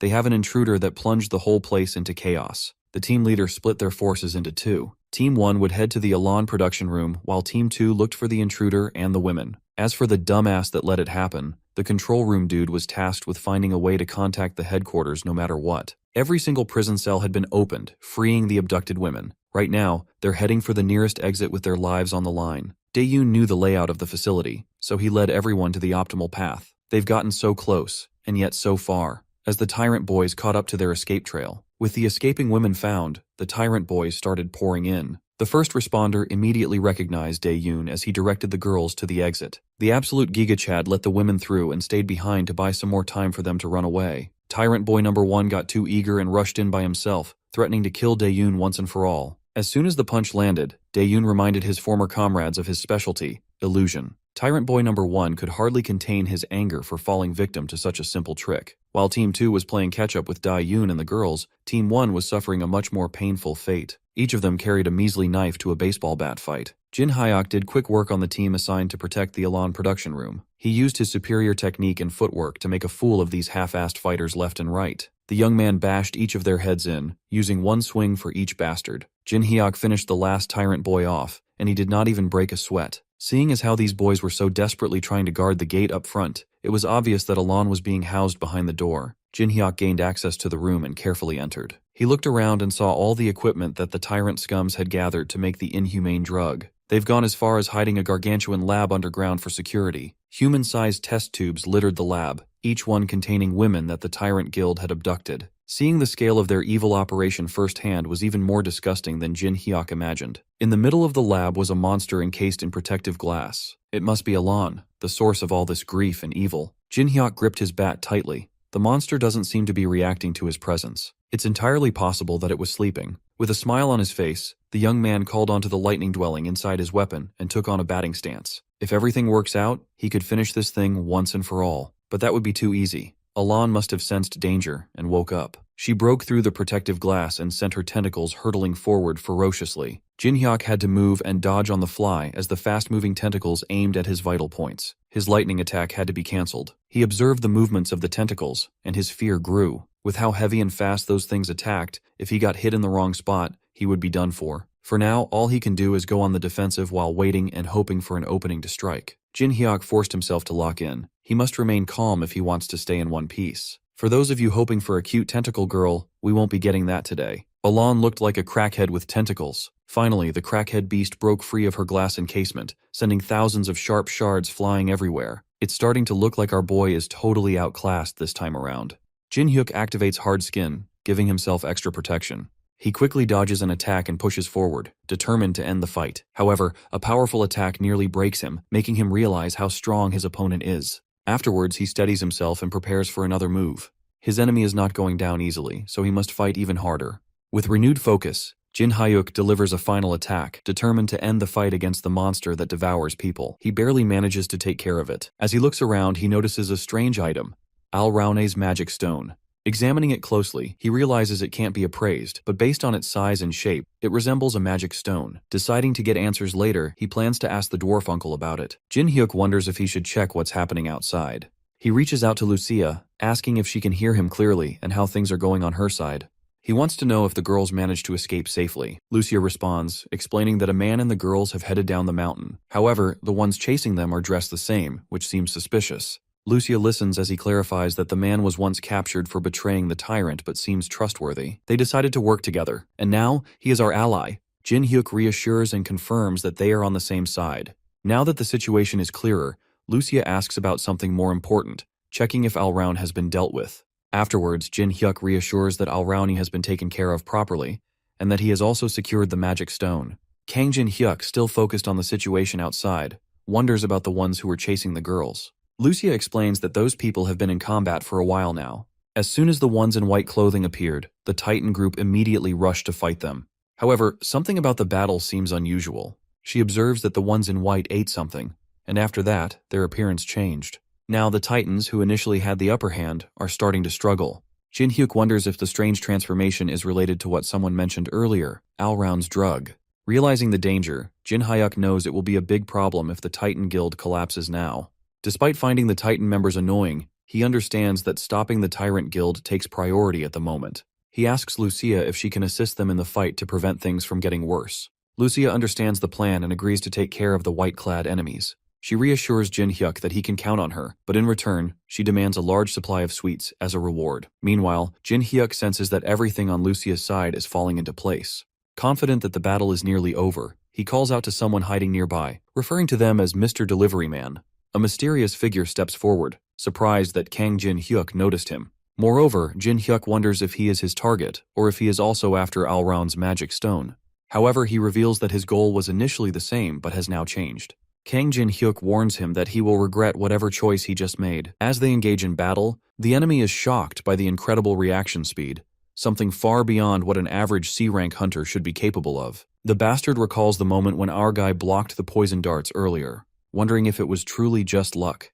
Despite his doubts, he reassures himself that, in the end, the guy he is dealing with just a C-rank hunter. He activated his ability, preparing to finish him off. However, as he attacks, he realizes something unexpected. Jin Hyuk is wearing armor. Afterwards, he attempts to retreat, but before he can get away, he feels a sharp force stopping him. Jin Hyuk is not letting him escape this time. The enemy barely manages to block the attack. Doubt creeps in as he realizes that Ji Hyuk is much stronger than he first thought. Frustrated, he shouts, promising to get revenge, unable to accept that he is being beaten. But Jin Hyuk declares that there won't be another chance, believing this place will be his final resting place. With all the fallen taken care of, the focus shifts to the injured. Ensuring their safety is the next priority. Meanwhile, a report must be made. The discovery of hidden drugs by the tyrants comes as a shock. Without unexpected help from a mysterious woman, survival would have been impossible. Her arrows carried power nearly equal to an S rank, yet no known female hunter has ever displayed such strength. With the situation under control, the wounded are sent to the hospital, and all possible evidence is taken care of. With the tyrants seemingly handled, attention turns to finishing the welcome party properly. However, before they can proceed, someone arrives, breathing heavily, carrying an urgent message. He reveals that the Tyrant Guild leader and their strongest members are on the way. The mere mention of Chowan Cheol, an S-rank hunter, makes it clear that staying would be a mistake. The guy with glasses gets frustrated and realizes that they have to go back when they are just about to defeat them. Suddenly, they receive an urgent transmission. Apparently, a small group of Tyrant Guild members is approaching fast, likely their vanguard. The warning was true. Danger is coming fast. The enemy is getting closer, leaving no choice but to end the mission. Afterwards, the decision is made quickly that everyone must leave immediately, making sure to escape without delay. One person chooses to stay behind, knowing that disappearing could create suspicion. Staying will help in making an alibi and shifting the blame elsewhere. A false report will be given to make it seem like someone else is responsible. Preventing a direct conflict between the Titan and Tyrant guilds is the main goal. After thinking it through, they decide to put all the blame on Hunter Kang Jin Hyuk, who is still inside. This explanation seems like the best way to cover their tracks and leave without being noticed. Doubts arise about trusting the traitor, as fooling the Tyrant Guild won't be easy. However, the real goal isn't deception, but buying enough time. That time will be used to prepare for a war. Once the truth is revealed, justification will be on their side. This moment is the perfect chance to attack and completely eliminate the enemy. Afterwards, Lucia questions if the person standing there is the one Kang Jin Hyuk mentioned. There is no time to waste. Kang Jin Hyuk is waiting inside. Everything is progressing more smoothly than expected. As they arrive at their destination, our boy promptly updates his fellows regarding latest reports, confirming that he has taken care of the pursuer. When asked about the current situation, he explains that Alrauni is dead. However, there is another issue that needs to be handled. He requests help in making it appear as though the body before them had died in battle against Alraun. The real reason behind this plan soon becomes clear. A document is handed over, urging a closer look. As the contents are read, shock spreads. The names listed belong to recent victims of a series of brutal murders. If the information is accurate, then the implications are terrifying. The infamous Great Guild Killer has always been targeting large guilds. This presents an opportunity that if the blame is placed on him, no one will suspect anything else. Kang Jin Hyuk shares his plan, asking Jung Dae-yoon if he can make it happen. Jung Dae-yoon agrees, recognizing that the idea is great. Lucia, still unsure of the full picture, seeks reassurance that this plan won't bring unintended consequences. Afterwards, Kang Jin-hyuk assures them that everything is under control. With the decision made, the next priority is to leave the area quickly. The Tyrant Guild's main forces are expected to arrive soon, but not everything is as it seems. Half of what was said about their arrival was true. Moreover, the forces are on their way, but they won't reach the location for at least 2 more hours. The group they saw earlier was nothing more than an illusion. Jung Dae-yoon praises and thanks Jin-hyuk for the rescue efforts that saved so many. However, there is no need for thanks. The real battle is only beginning. Moreover, the Tyrant Guild has suffered a serious setback, and when word spreads, other guilds won't stay silent. Afterwards, Jin-hyuk is looking forward to seeing how the Tyrant Guild crumbles. The Tyrant Guild's downfall seems closer than ever. Their hidden crimes are far worse than expected, making it necessary to involve higher authorities. To prevent getting directly caught up in a guild war, the information must be sent anonymously to the Hunter Association, the police, the government, and the media. Some worry that revealing everything will only benefit other guilds, but protecting innocent people matters more than gaining a short-term advantage. Soon, the shocking truth spreads everywhere. A powerful hunter guild has been secretly raising monsters and using humans as food. The public is horrified, and officials declare it a serious crime, promising a full investigation. Major guilds step forward, offering their full cooperation in uncovering the extent of these crimes. However, Tyrant Guild refuses to cooperate even a bit in this investigation. We then cuts to young Seok, losing his bananas after watching everything going viral. As if on cue, the Titan Guildmaster Seo Sang-ho contacts him, and the Bleachhead starts berating the Titan Guildmaster for leaking all this info for the public to see. The frustration is evident because after all their efforts, another guild is being treated as the hero for exposing the truth.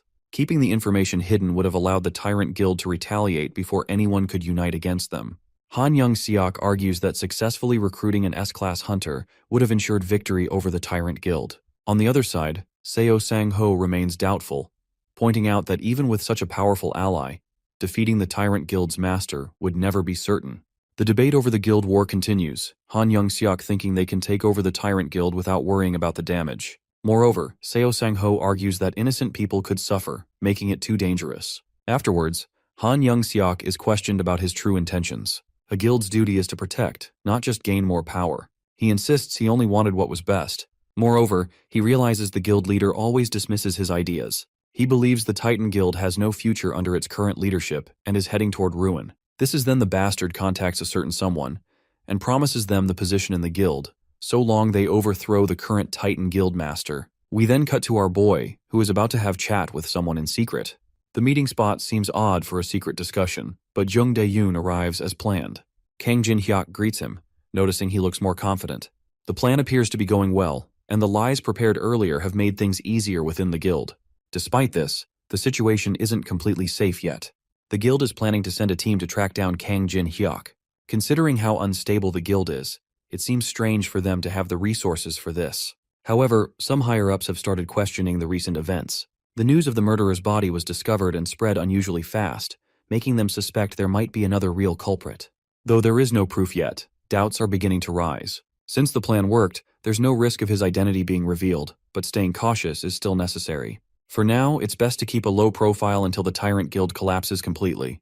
Afterwards, Jung Dae-yoon hands over details about those leading the investigation, and asks if Kang Jin-hyuk wants to check immediately. However, it doesn't seem necessary since they are all just illusions.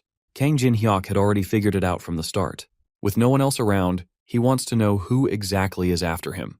The answer is an archer and a mage, both experts in disguise and concealment magic. They might even approach him while pretending to be someone familiar. After confirming the details, there's one more piece of information.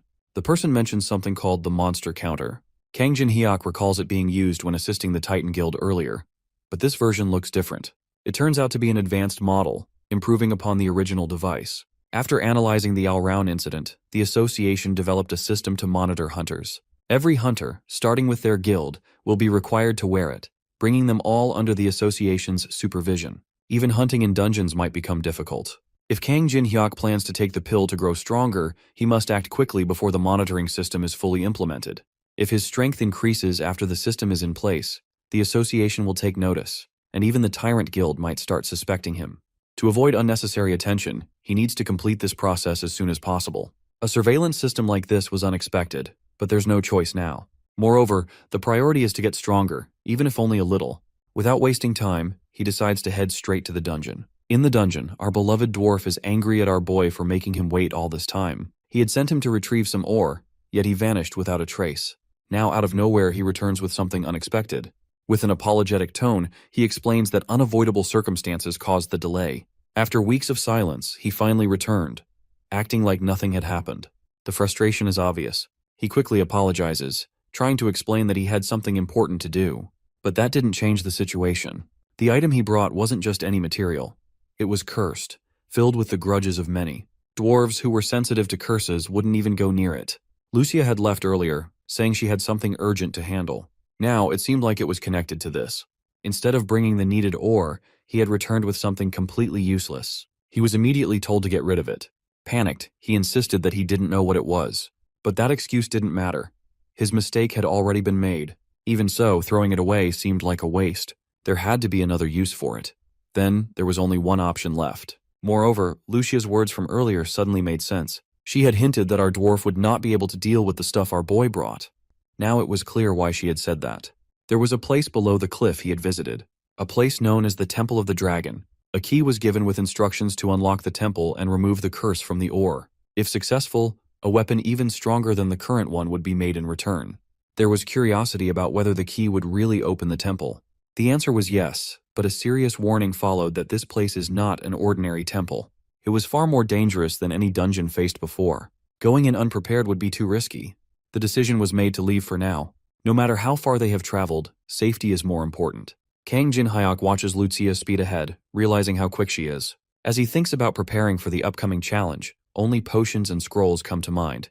But he feels that might not be enough. Before he can ask Lucia for advice, he notices his food supply disappearing and catches her eating what was supposed to last a month. Before he can react, a call interrupts him. Secretary Lee Haina from the Titan Guild urgently asks for his help, mentioning the guildmaster Sang Ho. Her desperate tone makes him curious about what might have happened.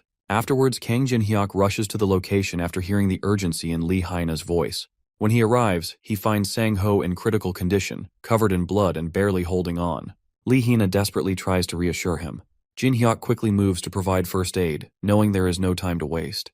He pours a potion over the wound, easing some of the damage. Though the worst seems to have passed, he needs answers. Looking at the injured man and the shaken secretary, he wonders what exactly happened to lead to this brutal attack. Sang Ho struggles to speak. He explains that it was a trap set by his own guild members. After returning home, he attended a guild event, expecting a normal gathering. However, something felt off when he noticed only Han Young-seok's faction was present. Before he could react, it was too late. The drinks had been poisoned. His body weakened rapidly, but he pushed through, fighting with everything he had to escape. Even with all his strength, he barely made it out alive, collapsing from his injuries. Jin-hyuk listens carefully. Even with poison in his system, ordinary guild members shouldn't have been strong enough to overpower Sang Ho. He wonders what else might have happened. Before he can ask, Sang Ho trembles in pain. Moreover, Sang Ho's condition worsens as the wounds that were healed by the potion start reopening. The poison from the party must be much stronger than expected. Jin-hyuk quickly realizes they need to act fast. He wonders if anyone knows exactly what kind of poison was used and whether an antidote exists. Hyena hesitates, explaining that standard hunter antidotes won't work in this situation. Afterwards, Jin-hyuk suggests taking him to a hunter-specialized hospital, but Sang Ho reminds them that going to a hospital would only expose their location, and their enemies would find them in no time. Jin-hyuk considers their options and suddenly asks Hyena if she has a car. She is confused about where they are going. He tells her to prepare to leave immediately. They are going to his home. Moreover, she is surprised and wonders if he has an antidote there. Jin-hyuk reassures her that he doesn't, but he might have another way to treat the poison. Hyena quickly agrees and rushes to get ready, determined to drive as fast as possible while Jin-hyuk stays behind to keep an eye on Sang Ho. As they near their destination, Jin-hyuk urges Sang Ho to stay awake and hold on a little longer. Hina suddenly notices something concerning. She wonders if Jin-hyuk has seen the car following them. Afterwards, Jin-hyuk quickly glances back and realizes it's the same vehicle they spotted earlier in front of the house. Hyena confirms his suspicion that they are being followed. Jin-hyuk realizes he can't go straight home while being followed. With no other option, he decides to change plans. He instructs Hyena to follow his directions carefully and take a different route. As they reach a specific point, Jin-hyuk prepares to confront Kang Jun-tae. He tells Hyena to drive straight to his house while he stays behind to handle the situation. His colleague has already been informed and will let her in upon arrival. Kang Juntae, expecting to find Seo Sang-ho, is surprised to see a stranger standing in his way instead. Moreover, he wonders if Jin Hyuk truly intends to stop him alone. Meanwhile, Jin Hyuk studies him closely, wondering if this man is the only tracker or if someone else is. Afterwards, Jin Hyuk wonders why Hina isn't heading to the house as planned. Before he can question her further, she suddenly shouts for him to escape at all costs, and then she reveals the terrifying truth. The man chasing them is an S-class hunter. Shock hits Jin Hyuk as he hears the name Kang Juntae. His presence detection skill activates, confirming the immense power. The force of Kang Juntae's aura spreads across the area, making it clear that this is no ordinary opponent. Jin Hyuk struggles to hold his ground. Hina asks if he is okay, but he barely manages to respond, realizing he can't last much longer. He urges her to escape immediately, promising to find a way to catch up later. Hyuna is unwilling to leave him behind, but he insists. Understanding the danger, she finally agrees and rushes away. However, Kang Juntae refuses to let his prey escape so easily. He moves to intercept, determined to stop them. Jin Hyuk throws himself in the way once again, frustrating the S-class hunter. Juntae wonders why this man keeps interfering with his plans. Jin Hyuk does everything he can to buy time. Hina is now a safe distance away, hoping that Jin Hyuk will survive and return alive. Moreover, Jin Hyuk realizes the intensity of the situation. Kang Juntae, clearly annoyed, wonders why someone like Jin Hyuk is interfering, and warns him to step aside if he values his life, claiming he is too busy to deal with distractions. Jin Hyuk refuses to back down. He wonders if Juntae truly believes he would just run away in fear. Before Jin Hyuk can react, Juntae moves with speed. Each attack is not just fast but dangerously powerful. Every strike forces Jin Hyuk to dodge desperately, knowing that even a single hit could end him. Afterwards, Juntae taunts him to keep going, eager to see how long he can last. His attacks grow fiercer, and Jin Hyuk realizes that if he takes a direct hit, it will be over. Thinking quickly, he activates his inventory and equips his mithril chainmail armor. The unique effect immediately takes hold, reducing both physical and magical damage by half. As the next attack hits Jin Hyuk, he realizes just how close he came to death. If not for the armor he had prepared in advance, he wouldn't have survived that last attack. Juntae observes him, noting that he hadn't expected Seo Sang-ho to have someone this skilled under him. But then, something clicks in his mind.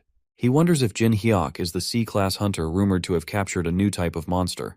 The name sounds familiar. Han Young-seok had mentioned someone like him before, someone who was quite close to Seo Sang-ho. Afterwards, Jin Hyuk quickly realizes that his identity has been exposed. Even if he manages to escape now, it's only a matter of time before they track him down. His house won't remain safe for long. Before he can think further, he realizes that he can even escape from someone as powerful as Juntae. Afterwards, Juntae makes an unexpected offer. He tells Jin Hyuk to forget about Seo Sang-ho and join forces with him instead. The new Titan Guild needs someone like him. Jin Hyuk rejects the offer, standing firm in his decision. We then cut to Lucia, who is trying her best to heal the Guildmaster, but she reaches her breaking point, realizing she can't push any further at the moment. Stepping back, she wonders if it's best to go outside and discuss the situation. The poison in Seo Sang-ho's body remains dangerously strong. Although Lucia has taken temporary measures to help him rest, it's clear that the treatment isn't complete.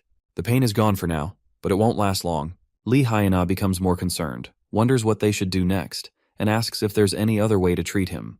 Lucia thinks for a moment before recalling someone who might be able to help. A certain short man comes to mind. If anyone can do it, it's probably him. However, there's another problem. To enter the dungeon where the solution might be found, they need Jin Hyuk. A possibility exists, but it won't be easy. Meanwhile, in battle, Jin Hyuk struggles to keep up. His opponent keeps attacking, leaving him no time to recover. Every hit shakes him, and the energy he had at the start is fading fast. Moreover, he knows he has reached his limit, and drinking a potion would help. But there's no chance to do so with the continuous attacks. There's only one option left. He must go all in with one final strike. Determined, he refuses to give up. If this is the end, he will make it count. Gathering his remaining strength, he prepares for one last desperate attack. No matter how hard he tries, his attacks keep missing their mark. Frustration builds, but Kang Juntae remains unimpressed, calling the fight boring. Without warning, a deadly attack comes his way. He knows he must dodge, but his body refuses to move, and he ends up taking hit. Panic sets in as he desperately tries to command himself to react. His mind screams for his body to move, yet he remains frozen. At the last moment, his instincts take over, and he barely shifts to avoid a fatal blow. Kang Juntae acknowledges his quick move, impressed that he managed to survive. Once again, an offer is made to join forces and live. Jin Hyuk refuses, and Kang Juntae realizes that there is no other way. The final attack is about to land, and Jin Hyuk wonders if this is truly the end. Just then, an arrow flies through the air, interrupting the fight. Lucia has arrived. Let's take a step back to understand how this 10 out of 10 baddie came here. Lucia moves quickly, following the directions she memorized. Even though it's her first time going through this path, she pushes forward without hesitation. Every step brings her closer, and she hopes she isn't too late. Moreover, she prays silently for Jin Hyuk to hold on. He just needs to survive a little longer. Meanwhile, the battle continues. Kang Juntae prepares to end the fight, but before the final strike hits, an arrow cuts through the air. The unexpected attack forces him to step back. He looks at the arrow in disbelief that it carries so much power. Jin Hyuk is struggling to stay and recognizes the arrow immediately. Lucia has arrived just in time to save Jin Hyuk, surprising their enemy with her strength. He initially underestimates her, thinking she isn't a real threat, but quickly realizes his mistake when she easily blocks his attack. Shocked by her power, Kang Juntae struggles to understand how she can match him. Meanwhile, Lucia remains focused, knowing this isn't the time for lessons. She needs to end the fight quickly. Lucia breaks the enemy's spear with her hands, leaving him in shock. He struggles to understand how he is being pushed back so easily. The thought crosses his mind that she might be an S-class hunter from another country, as he would have known if such a powerful hunter was in the area. Jin Hyuk, still recovering, is equally stunned by her strength. Afterwards, Lucia sees that he can move and gives him a choice, asking Jin Hyuk whether she should finish their opponent or leave it at this. Jin Hyuk advises her that there is no need to get further involved. Also, he suggests Lucia end the fight, but Kang Juntae refuses to acknowledge defeat. He realizes, however, that continuing would only bring unnecessary risk, so he agrees to stop for now, though he masks it with arrogance. Afterwards, Lucia teases him, but he remains firm and says that he will remember this day. Before leaving, he issues a final warning, declaring that the next time they meet, both she and Jin Hyuk will face their end. And with that, he disappears. With the fight over, Lucia finally helps Kang Jin Hyuk recover and reassures him that his condition isn't as bad as expected. And to his surprise, his wounds heal completely. Grateful, he thanks her, impressed by her combat skills and healing abilities. Lucia takes pride in her strength, teasing him about finally recognizing her greatness. Afterwards, Jin Hyuk jokes about her being an overpowered character, explaining that it's a compliment. Then, he asks Lucia about guild leader Seo Sang-ho, to which she responds that he is resting at home, but without proper treatment, his condition remains critical.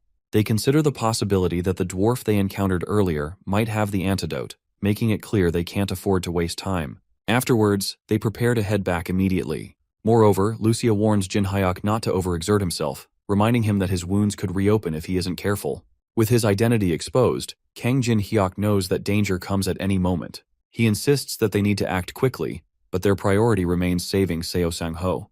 Arriving at their destination, Uncle is frustrated, pointing out that Jin Hyuk failed to bring the ore needed for purification. Instead, he has brought a poisoned person, making it difficult to proceed. Jin Hyuk apologizes, explaining that things didn't go as planned, but promises to make it up later. His main concern is saving Seo Sang-ho. However, the situation worsens when they learn that the poison affecting Seo Sang-ho is basilisk venom. An antidote is needed, but the necessary materials aren't available in this location. Jin Hyuk wonders if his uncle might have the antidote. Afterwards, he responds that he isn't a magical treasure chest that holds everything. Meanwhile, Seo Sang-ho turns to Jin Hyuk with curiosity, wondering about this place. Jin Hyuk acknowledges the question but avoids a full explanation, simply suggesting to think of it as one of his abilities for now.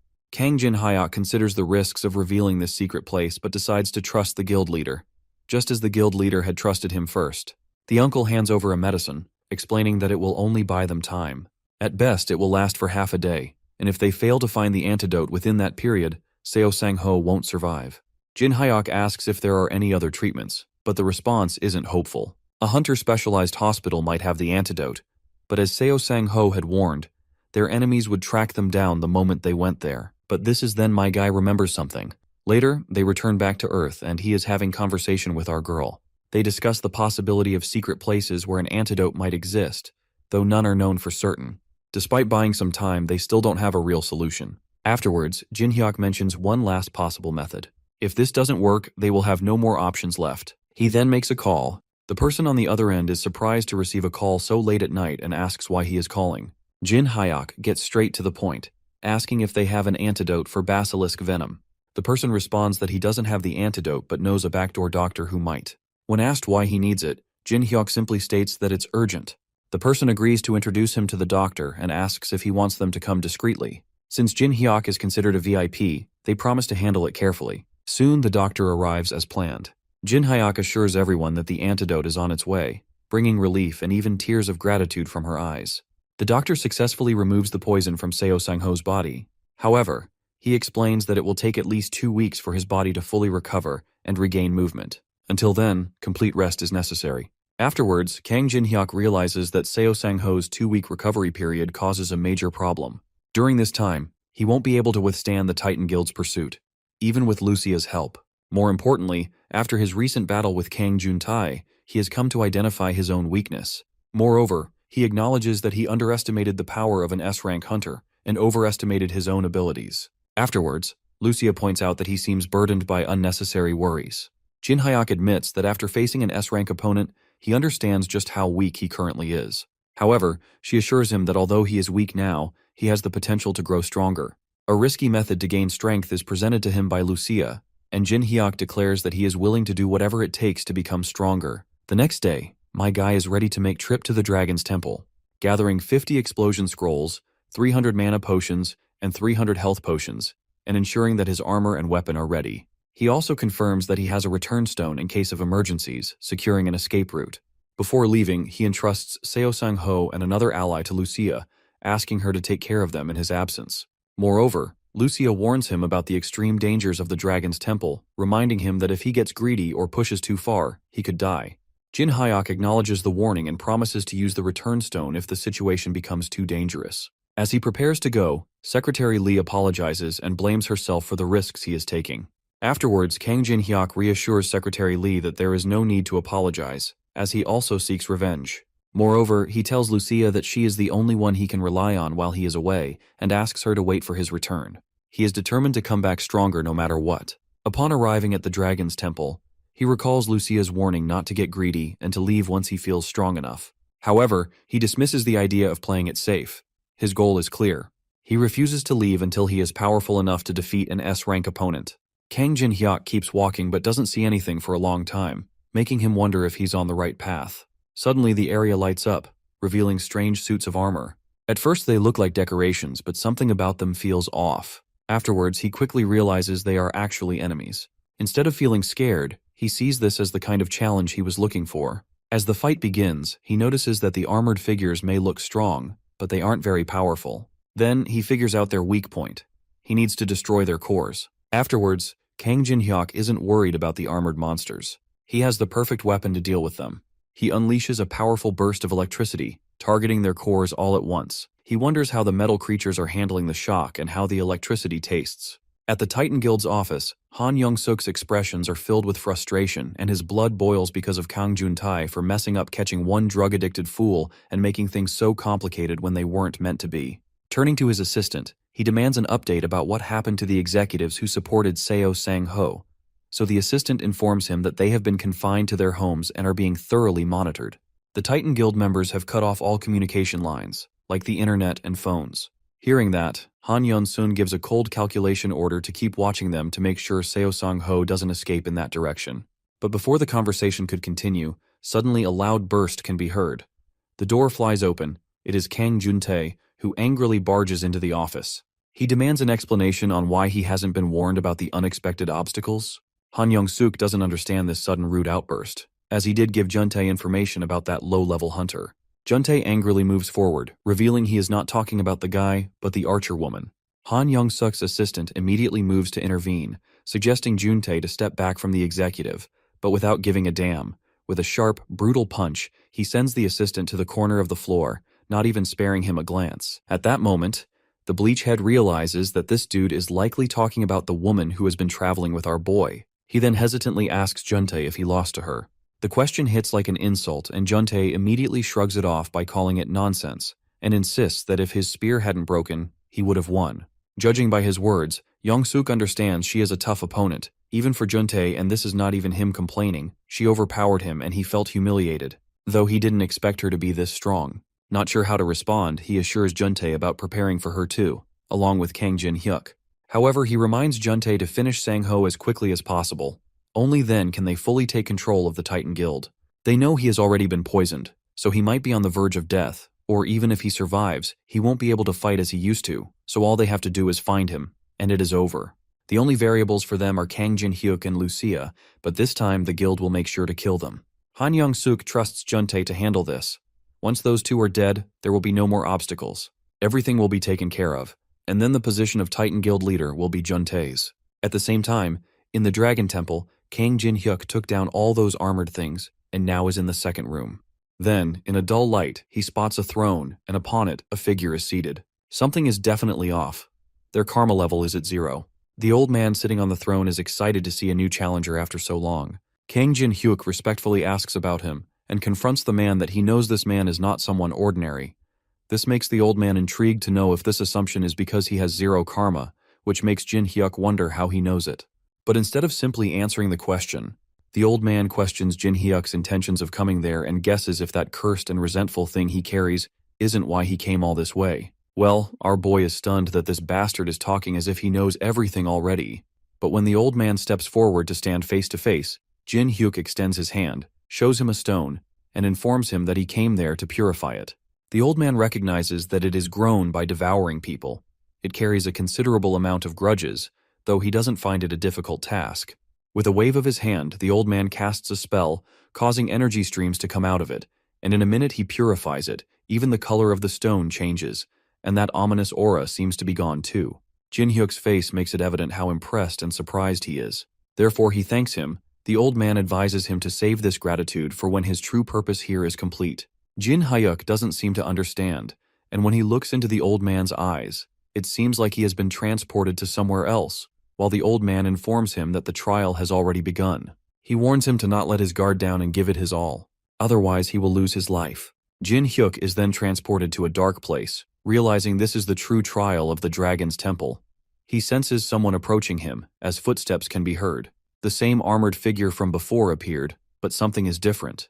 His surroundings glow, and he wonders if he has been transported to a new space. Out of curiosity, he questions the armored man. Is this his opponent? Would there be more to come? Was this merely a warm-up and the real one will show up later? The armored guy doesn't show a single interest in Jin-hyuk's speculations, and to Jin-hyuk's surprise, he suggests Kang Jin-hyuk to prepare himself, informing him the trial has begun. Jin-hyuk realizes this armored man is different from others as he can talk, but the armored man moves swiftly towards him, reminding him this is his only warning. The scene shifts to our boy's neighborhood. A number of guys are moving from roof to roof with a blinding speed in futuristic black masks and hoods. One of the hooded guys apologizes to his companions for not being able to find the house of Kang Jin-hyuk from any side, though they definitely searched the address. But there was nothing there. The other hooded guy is tense, as if they don't find that guy, they are all finished. Kang Jung-ae won't spare them, so they have to find that guy no matter what it takes. He instructs them to destroy every single house visible in this area. That way, they will probably stumble upon Kang Jin-hyuk's house maybe. Before they could work according to the plan, one of the hooded guys collapsed on the ground, blood coating the entire surface. The other two guys take time to realize what has happened, but they barely have any time to run for their lives or call for backup. And eventually they also get attacked by none other than Lucia. With the danger eliminated for the time being, she gets back home. Secretary Lee Hyuna questions Lucia if everything is okay out there, as she suddenly went out. Lucia calmly informs Lee Hyuna that the Titan Guild's tracking team came by. This freaks her out, and tension fills across her face, but Lucia assures her not to worry since she took care of them pretty quietly. After overhearing the enemy's plan to destroy the entire neighborhood just to find this place, they must be convinced of it by now that this is the only place both the Titan Guild's master and his secretary could possibly be. In advance, Lucia apologizes to Haina. If they come in full force, she won't be able to stop them alone, and urges Haina to hope Kang Jin-hyuk gets stronger and comes back soon. At this moment, he is the only one who can change their situation. On the other hand, Kang Jin-hyuk is struggling as the armored man launches forward. The boys stand there, frozen in shock, though the armored man slices his throat. Panic is evident on Kang Jin-hyuk's face as he grabs his neck, thinking it has been sliced, but he is transported to the same temple from before, without being harmed a little. He examines his neck in shock, but a laughter pulls his attention. It is the same old man who explains the place where he died is a sort of virtual space, so even if he dies there, he won't die for real. That is why he doesn't have to worry. Kang Jin-hyuk tries to focus. He recognizes that voice, and as he turns he sees the door being closed but confirms his suspicion that it is the same old man as before. The old man reveals that Jin Hyun is still very weak. The Dragon Temple is a place to make him strong, but it is also a place of trial. He had warned Jin Hyuk before to never let his guard down. Strength wasn't just about power, it was about resilience, so he should grow stronger and try again. Although Jin Hyuk is not in the mood to be lectured, as this time isn't for such casual advice. If their hideout gets discovered now, Seo Sang-ho and Lee Hyana will be killed, and if Juntae shows up, he won't be able to defeat him, so he needs to get stronger now. But there is a barrier between the old man and him because of the closed door. He begs him to open the door and accepts his mistake but assures him to not let his guard down again. He explains if he doesn't get stronger immediately, it is all meaningless. The old man knows. Him rushing back in, he'd only experience death again. However, Jin Hyuk is firm. He will only know if he tries, so he keeps insisting on him. The old man finds him pretty desperate even after experiencing the sensation of death. He is not giving up, but Jin Hyuk tells him if he was afraid of dying, he wouldn't have started this in the first place. The old man finds his spirit amusing, so he grants him an exception to re-challenge the trial. Pressing forward, he is transported to virtual space again. The armored guy praises him for coming back even after experiencing death. Jin Hyuk reveals that he was careless before, but this time it won't end as hollowly as it did earlier. The armored guy laughs and then jumps high to attack him with his giant weapon, though this time Jin Hyuk blocks it with his enchanted bat, but this guy has phenomenal skill. Just holding on is overwhelming. The armored guy realizes that his opponent has come to his senses this time. While Jin Hyuk struggles to hold on, he needs to focus the aura in his legs. Somehow he needs to knock it away and create distance. Summoning his aura, he focused it into his legs. If he could create an opening, even for a second, he might stand a chance. Using every ounce of his strength, he pushed the armored warrior back. The force of the recoil nearly knocked him off balance, but he managed to stay upright. A direct confrontation wouldn't work. He had to strike and retreat, searching for the perfect opportunity. Jin Hyuk lunges forward, leaping higher into the air to attack the guy, which impresses him as he handles the aura. But he only has aura in his lower body, leaving his upper body exposed, so the armored guy deflects the attack. It is like he knows or can read his thoughts. The armored guy huffs, also acknowledges Jin's spirit, but if this was all he had then, there is no need to prolong the fight and Jin Hyuk should just die.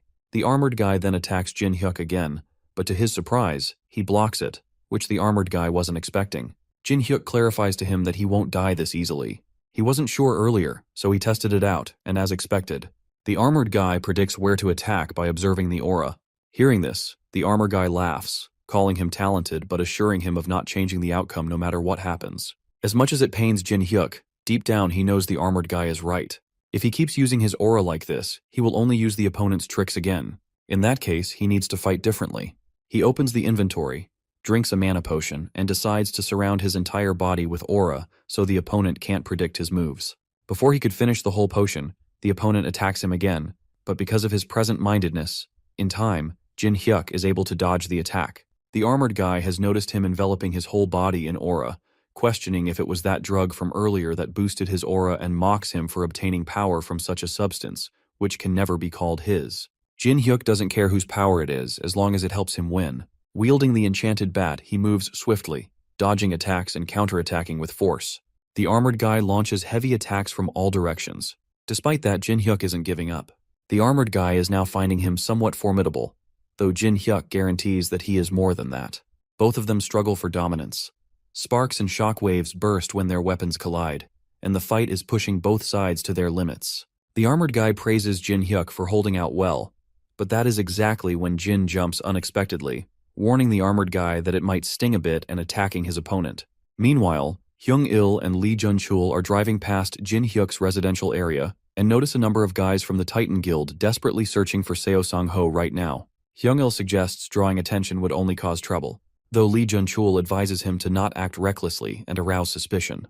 He then asks him to wait a moment and just watch, as he has got a plan. Unexpectedly, he pulls out his phone and calls Seo Sang-ho's secretary, Lee Hyana, to ask if she has heard anything about him from Hunter Jin Hyuk. She recalls he is the one who introduced our boy to the doctor. Jun-chul then inquires about Sang-ho, so she reassures him that Sang-ho is receiving good treatment and is safe. Staying calm, he informs her that he is near our boy's home right now and notices that Titan Guild members are swarming the area, which means that the guild master is there. If this keeps up by the time guild leader Sang-ho recovers, they will have to face a Titan Guild blockade right outside his house. To resolve the issue, Jun-chul suggests meeting in person to discuss a solution. Back at the Dragon's Temple, the armored guy is shockingly perfectly fine even after taking that powerful, mind-blowing hit. The opponent mocks him for standing there dumbfounded and provokes him to bring it out now if there is anything left. Jin Hyuk doesn't believe that even lightning didn't work, so he admits that he has nothing else hidden, so they should gamble everything on this fight to death.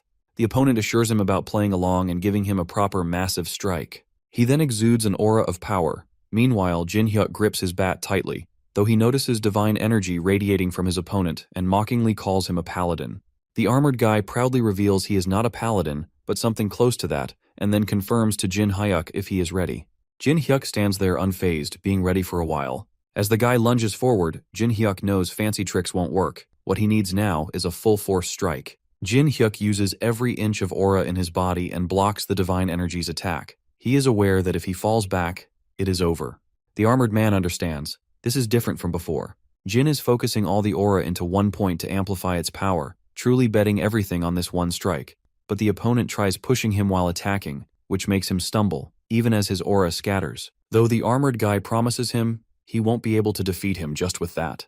The battle has finally reached its peak. The armored guy lunges forward, their weapons clash. Jin Hyuk is struggling with the overwhelming force pressing down on him, but despite his determination to not give up, he is pushed back on the ground. He presses his bat onto the ground to steady himself, his body trembling with exhaustion. He managed to block it, but the aura has been used up, and he doesn't even have the energy to move his body. The armored guy questions whether this is truly the limit of his power. Holding up his weapon, he points out, in the end, all Jin Hyuk has done is break this iron sword. A broken iron sword can easily be replaced with an aura blade, but Jin looks completely drained, so how will he face the armored guy? He warns him that if he has no tricks left, his challenge ends here. Jin Hyuk pants heavily as he tells the armored man that he talks too much and provokes him to kill him already as he gave it his all, so he has no regrets. Though he assures him, even if he dies here, he won't actually die, so he will keep challenging again and again to become stronger. The armored guy reveals the real trial is over, but informs him about the misunderstanding. Nobody said this trial was about defeating the armored guy. He is the examiner and the judge. The true trial is whether or not he can earn the armored guy's approval. Jin Hyuk's eyes shine with hope that maybe he will be passed, and fortunately the guy actually passes him, mentioning he still has a lot to improve. In an instant, the armored guy is transformed into the same old guy sitting on the throne. It was him fighting with him all this time. The old man praises his remarkable potential, but advises him to fix his personality, as recklessness and confidence are not the same thing. Still, he was impressed by how Jin Hyuk gave it his all until the very end. When Jin Hyuk realizes it is the same old guy, he interrupts, but the old man pokes his head out and signals him to stay quiet. As he wished to know how to grow stronger, so the old man explains, his aura is power rooted in divine energy, which makes the method simple. He must connect with the divine, so the old man puts his hand on his head, revealing he has taken a liking to him, so he should use the gift he is about to bestow upon him wisely. Before Jin Hyuk could comprehend, he was transported somewhere unfamiliar. Panic is visible on his face when he notices a giant dragon, but the dragon assures him not to be scared as he was brought here to be granted power by the one who has acknowledged him. Challenger who passed the trial, from this moment forth, he will be imbued with the power of the divine. Suddenly, energy streams move towards Jin Hyuk. Therefore, the dragon insists he accept it. This is the grave of a god who looks favorably upon him. Confusion and fear spread across his face, but it doesn't hide the fact that from now on, the divine power will be with Jin Hyuk. Lee Jun-chul has arrived at Jin Hyuk's house. Lucia sits there anxiously, waiting for Jin Hyuk. He is late. Worried expressions fill her face, mind racing with questions. Has something gone wrong? Just as negative thoughts take over her mind, she suddenly senses a strange shift in the air. Turning quickly, she opens the gate. The gate to the dungeon is appearing. It means Jin Hyuk has succeeded. She examines the gate and is shocked to sense a powerful aura coming from beyond the gate. Finally, footsteps can be heard, and Jin Hyuk enters the game. Lucia stands there stunned. The realization hit her.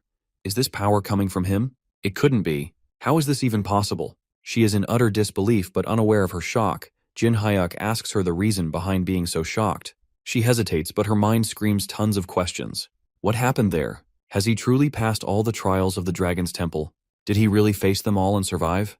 When Jin Hyuk doesn't answer, she angrily takes out her weapon to attack him, calling him a reckless idiot. Did he not understand what he had done? What if something had gone wrong? She warned him not to be greedy and to back out in time, but before her attack could land, Jin Hyuk blocked it with divine energy, claiming he had no choice if he wanted to get stronger. If he hadn't done it, he wouldn't have gained this power. Lucia clenches her fists, realizing he never listens. Well, he has certainly gotten stronger, but still, she advises him to be cautious because if something happens to him, she won't be able to go home either. Though Jin Hyuk assures her not to worry as nothing like that will happen anymore. In that case, she decides to leave this place to him now. Confusingly, Jin Hyuk asks if she is heading back to the dungeon, so she informs him she needs to get some rest too. And even he looks like he is more than capable of handling things in here now. As Lucia turns to leave, Jin Hyuk shows his gratitude, but Lucia tells him not to mention it because more than she did it for him, she did it for herself. She didn't want the dungeon to get messed up if he died. Also, she reminds him that nothing in life is free. The boss room with the magic circle still needs attention, and she will be staying there for a while, so he should bring her a bunch of sweets as payment. She has one more thing to say. Once she goes back into the dungeon, the magic that suppresses perception will soon wear off. When that happens, the Titan Guild will find this place and come after it. Before they find out, he could come up with a plan. Then she leaves into the shadows of the dungeon. He then enters the lounge and greets the secretary. While Lee Jun-chul is shocked by seeing our boy there, Secretary's face brightens up with happiness after seeing him. Jin Hyuk then confirms if everything was all right while he was gone, so Hyuna updates him. Seo Sang-ho is recovering well, and they have handled the pursuers.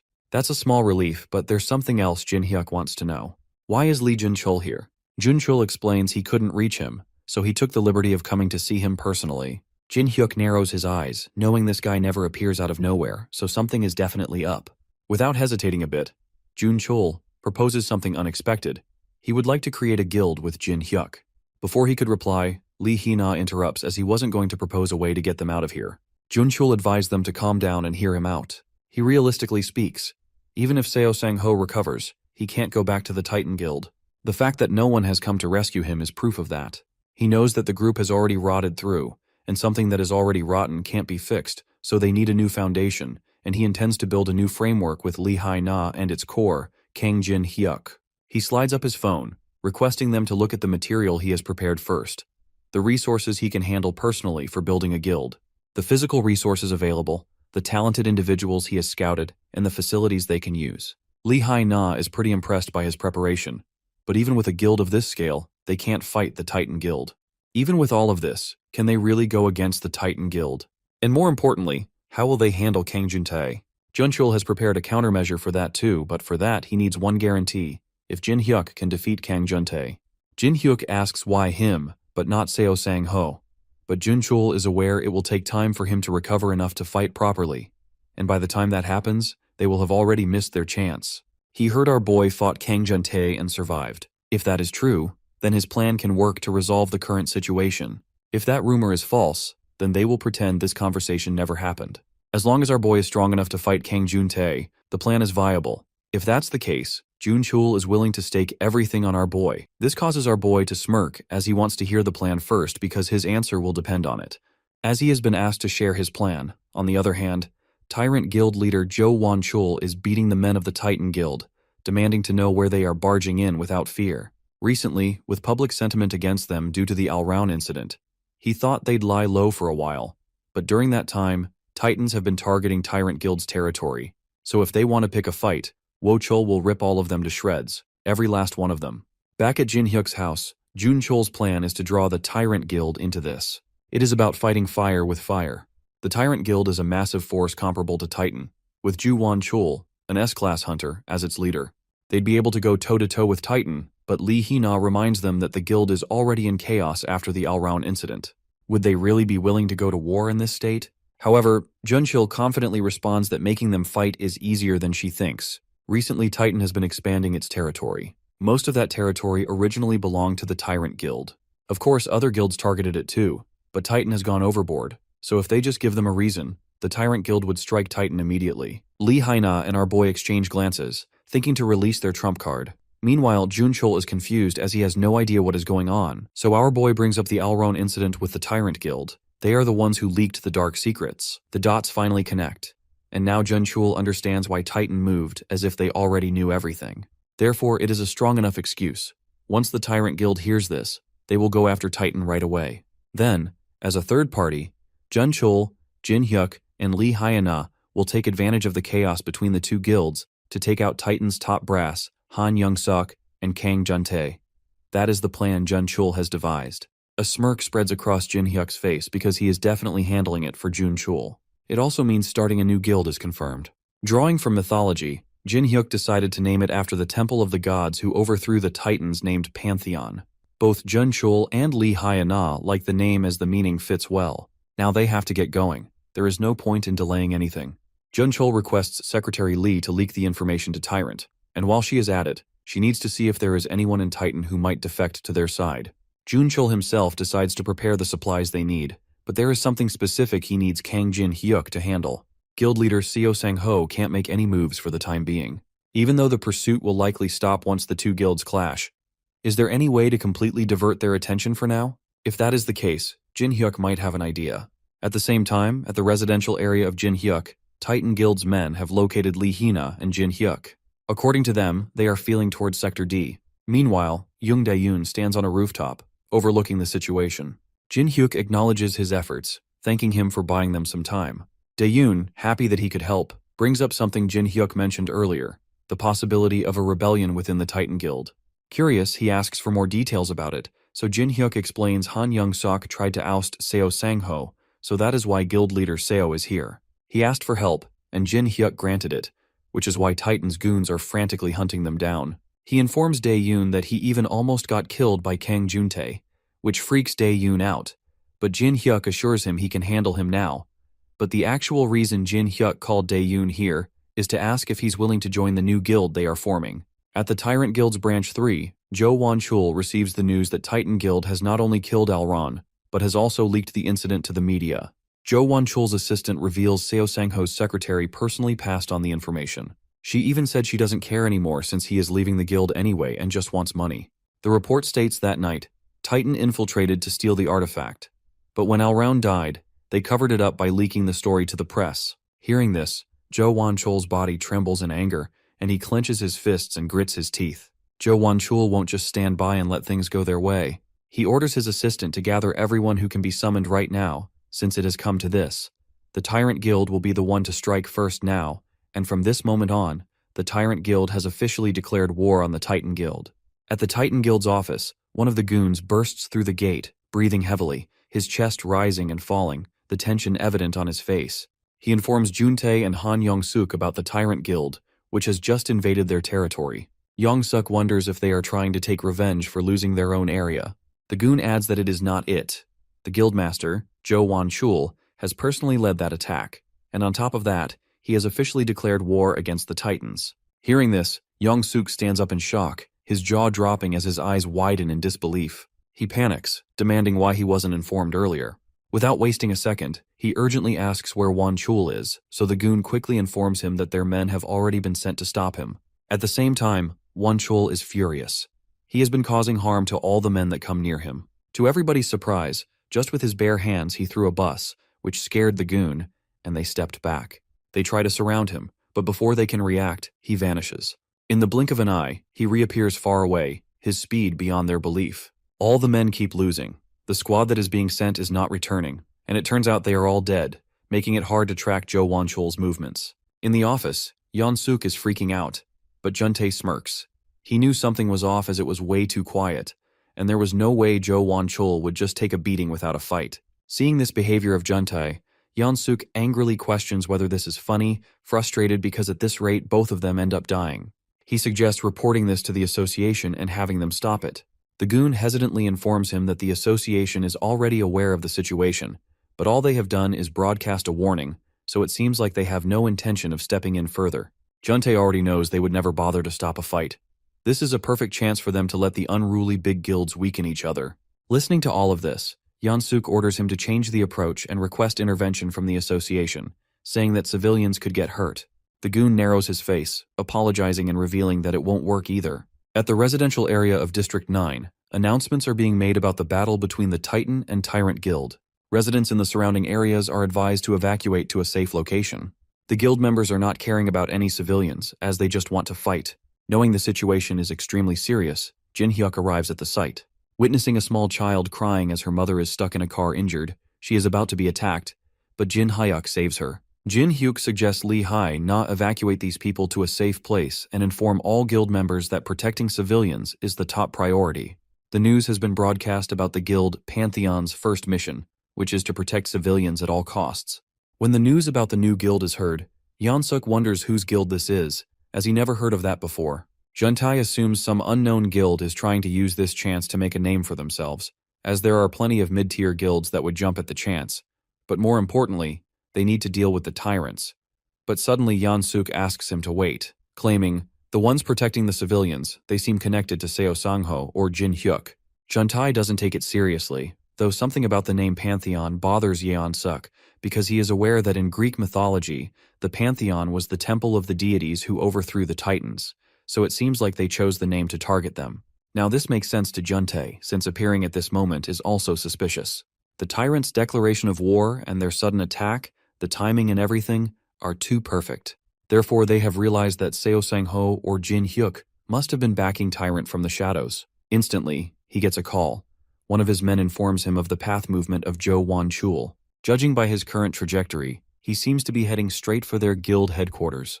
Yeon-suk's expression darkens. He informs Juntae about this news. Since it has come to this, they decide to settle things once and for all, and he confirms with Juntae whether he can take down Won-chul.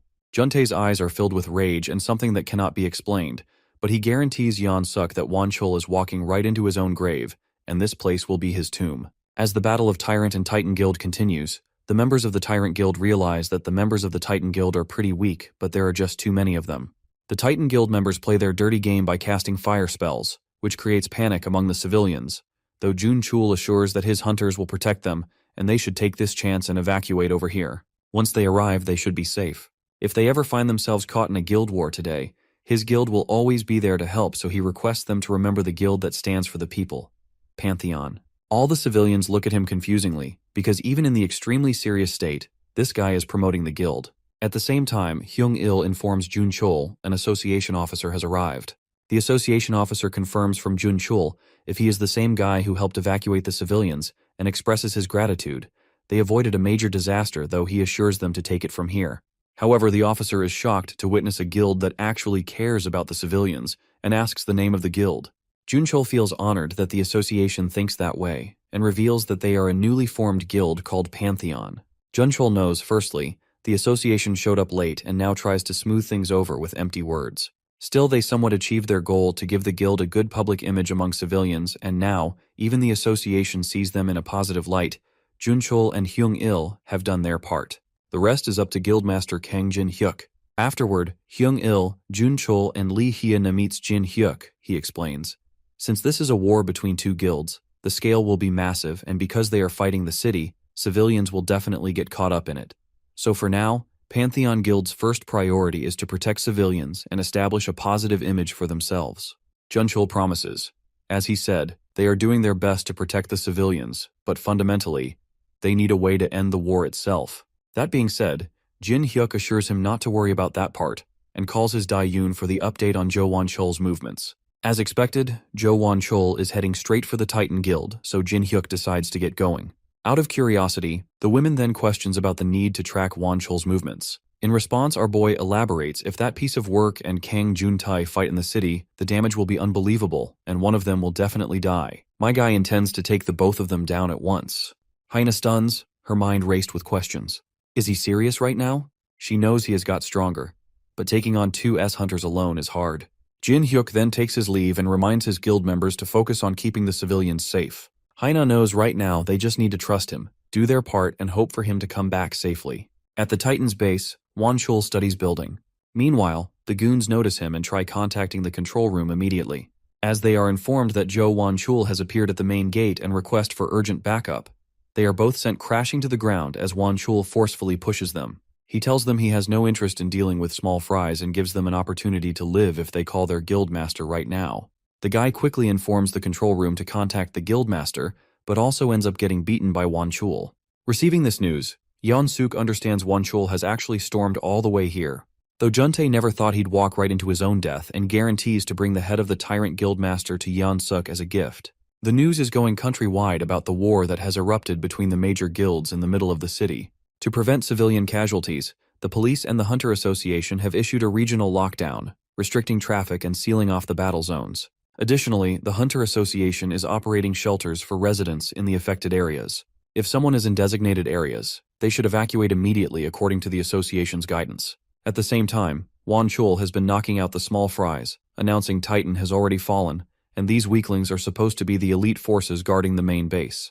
The guards decided to retreat for now as they can't hold out against an S-rank hunter, but one of the guards orders them to hold the line no matter what until the new guildmaster arrives. After a few minutes, all the guys collapsed on the ground. Wan Chul huffs, wondering if Seo Sung-ho has changed a lot. His subordinates are dying left and right, and he hasn't shown his face. He screams to call Seo Sung-ho, but surprisingly, Juntae rushes towards him, demanding to know who gave him the permission to run wild. Seeing him, Wan Chul is stunned and asks what he is doing here. Therefore, Juntae reveals he is the new guildmaster now, and that is exactly when he pushes him. This revelation is confusing for Wan Chul, so he asks about Sang-ho. Without giving a direct answer, Juntae smirks and suggests asking this to Sang-ho on his own when he meets him in the afterlife. Wan Chul replies reluctantly, Jugae is the one who will be heading to the afterlife today. Provoked, Juntae laughs maniacally, mocking him for bluffing as they both charge forward to clash. When Yeon Suk comes out of the building, he is shocked to witness all his guild members lying lifeless on the ground, proposing to call clerics to heal them, but they have all been deployed to other battles, so it is difficult right now. Every branch is engaged in war, so there was no other choice. Not just the clerics, every last remaining soldier in the main base was also deployed. Yeon Suk tries to connect the dots. Now that the troops have been spread out in the various branches, Wan Chul has attacked alone. The timing is too perfect. Wan Chul planned this from the start. The war was actually just a distraction. His real goal was to storm the main base alone and end everything. Normally, such a reckless plan wouldn't even be possible, but an S-rank's power makes the impossible a reality. In the end, the winner of this war will be decided by the battle between Juntae and Wan Chul, the class of 2 S-ranks. At the dungeon, inside the boss room, Lucia tries to understand stuff she has been analyzing for days. If she can just decipher this magic circle, she should be able to return to her original dimension. Though realization hits her, once she won't be in this place, she won't get to eat snacks anymore. However, her thoughts quickly shift to Jin Hyuk, who has been gone for quite some time. She wonders if he's okay but reassures herself that he's probably fine. After all, that guy Jin Hyuk is now probably stronger than those so-called S-rank hunters. The battle is pretty intense. An intense blue aura launches a devastating energy attack by Wan Chul. Juntae unleashes a force to block that forceful attack that surges forward at incredible speed. Both of them struggle for dominance. Juntae soars through the air with their weapon to slice Wan Chul's head in half. A shimmering protective shield is already created by a spell to protect himself. To break the barrier, Juntae hits the weapon on the ground, causing a massive explosion and debris flying in all directions. Far away, Jin Hyuk approaches the battlefield. When Jin Hyuk arrives at the location, he is saddened to see them fighting without a single thought for the city or its people. The city is being torn apart, not by monsters or some great terrorists, but by the selfish actions of hunters who definitely have long forgotten their duty. They say an S-rank's power is like a natural disaster. Seeing all the destruction, Jin Hyuk finally understands what that really means. In the past, he wouldn't have even dared to step in. These warriors are powerful, unable to defend, but now it is different. Right now, with the power of divine energy being with him, he can take both of them down. Meanwhile, Juntae and Wan Chul's fight continues. As they both clash their weapons, they hear a voice ordering them to stay right there, nice and close. Before they could react, Jin Hyuk attacks them both, which makes them stumble backward. Wan Chul stands at the corner, his gaze darting towards the newcomer, wondering who this guy is, while Jin Hyuk mockingly greets Juntae. Juntae recalls he is the same guy who got beaten up and ran away. Still, Wan Chul is studying Jin Hyuk and this energy that is coming out from him. The energy radiating from him is unlike anything he had encountered before. It is hard for him to figure out if he is an A rank or S rank. He questions himself if there are hunters like these in Korea. Whereas, when Jin's gaze shifts towards Wan Chul, he recognizes him. The same scumbag who sacrificed countless women to Al Raun. Rather than attacking them, Jin Hyuk calmly addresses them, his voice steady despite the chaos around them, and asks them to confirm if they really are hunters. He gestures around at the devastation, pointing out how this city is in ruins. Innocent people are caught in this war, suffering, getting hurt. After seeing all that, he urges them to think. Don't they feel even a little guilty? Rather than being ashamed, Juntae shamelessly smirks. Guilt? Why would he feel guilty? He confesses he wouldn't care about those pathetic insects. When he doesn't watch out for bugs while walking, who cares if a few worthless civilians die? Juntae mocks him for being another naive puppy. However, he thought Seo Sang-ho was the only self-righteous hypocrite. After listening to everything, Jin Hyuk acknowledges they are definitely worse than animals. Even animals must have a little sympathy, and thanks them for making this easier. Now he can kill them without hesitation. Jin Hyuk tightens his grip on his bat, energy streams radiating from it, and points out Juntae for making things pretty clear for him. Not taking him seriously, Juntae pretends to hear that wrong because he is firm about killing both Jin Hyuk and Won Chul. He tells Jo Won Chul to wait for a bit as he needs to deal with this arrogant guy first. Won Chul thinks smartly, acting casual, admitting it will be entertaining for him. But deep down, he knows if these two fight and wear each other out, it will end up being a win-win situation for him. Jin Hyuk turns to Won Chul, giving him an option to join because he doesn't mind taking both of them down at once. Seeing him acting so cocky, Juntae couldn't hold back and with breakneck speed rushed towards Jin Hyuk, his weapon pointed at Jin. Jin Hyuk doesn't even move from his position and just stretches out his bat, blocking his whole body easily. Beads of sweat roll down his head because he wasn't expecting him to block the attacks now when he couldn't even defend against one before. Jin Hyuk is eager to know the cause of his stunned expressions, as he hasn't even started yet. With a swift flick of his enchanted bat infused with divine energy, Juntae is pushed back. Won Chul's eyes widen since he never imagined Juntae getting pushed back like this with such intensity. Taking Juntae's shock as an opportunity, Jin Hyuk quickly moves forward to hit him, but he deflects the attack quickly by tilting his head a bit. Juntae's anger doubles because Jin Hyuk dared to put a scratch on his face, so he gathers his strength to counterattack. He is not sure what Jin has done, but it is evident that he has definitely gotten stronger. He admits that it is a shame, sparing him back then. Jin Hyuk laughs as, seeing how strong he is, regret washes over Juntae's face. Instead of admitting it, Juntae arrogantly huffs, claiming either way, Jin Hyuk is going to die by his hand. Jin assures him things won't go the way he wants. That day, when he barely escaped from here, he made a promise that he'd get stronger and kill him, the one who humiliated him, the one who feels he is superior. Juntae stands there knowing damn well this is troublesome. He never expected Jin Hyuk to get this strong. Questions arise in his mind. How did he get this strong? Did he use some tricks? Then something pops up in his mind that maybe he took the Alraun's elixir, so he confronted. Before Jin could answer, Won Chul demanded to know the reason behind Alraun's elixir being mentioned here, so Juntae shared with Won that Jin Hyuk is the guy who killed the Alraun and took the elixir. Won Chul's jaw drops, and he questions Jin Hyuk if he really is the one who took the elixir and killed the Alraun. Jin Hyuk smirks and without a word, pulls out a bottle containing the elixir, holding it up, questioning if this is the same elixir they are talking about. The moment Won Chul notices the elixir, his face turns crimson red. It triggers something inside him, and he eventually runs to attack him. When Jin Hyuk dodges the attack, his anger doubles, so he tries attacking him again with a forceful punch, but ends up punching the ground, because with a blink of an eye, Jin Hyuk disappears from the front. He again dodges the attack by leaping even from being trapped by his whole body. Jin Hyuk is well aware that if that last attack had hit, it could have been very dangerous, so he takes a sigh of relief. Although his attention shifts towards the sky when he spots a drone flying. An announcement is being made from the drone. It is a live stream to broadcast the battle between two S-rank hunters using a drone. The battlefield has turned into a complete war zone, with every building destroyed. They reveal as the battle continues, a new hunter has entered the scene. They mean Jin Hyuk. Though they haven't identified the whereabouts and information of the newcomer, he is holding his ground against the two S-ranks. In another environment, Secretary Lee Hai-na takes a sigh of relief as everything is going according to the plan. It looks like the media has arrived safely at the scene. With this, the stage is set exactly how they wanted.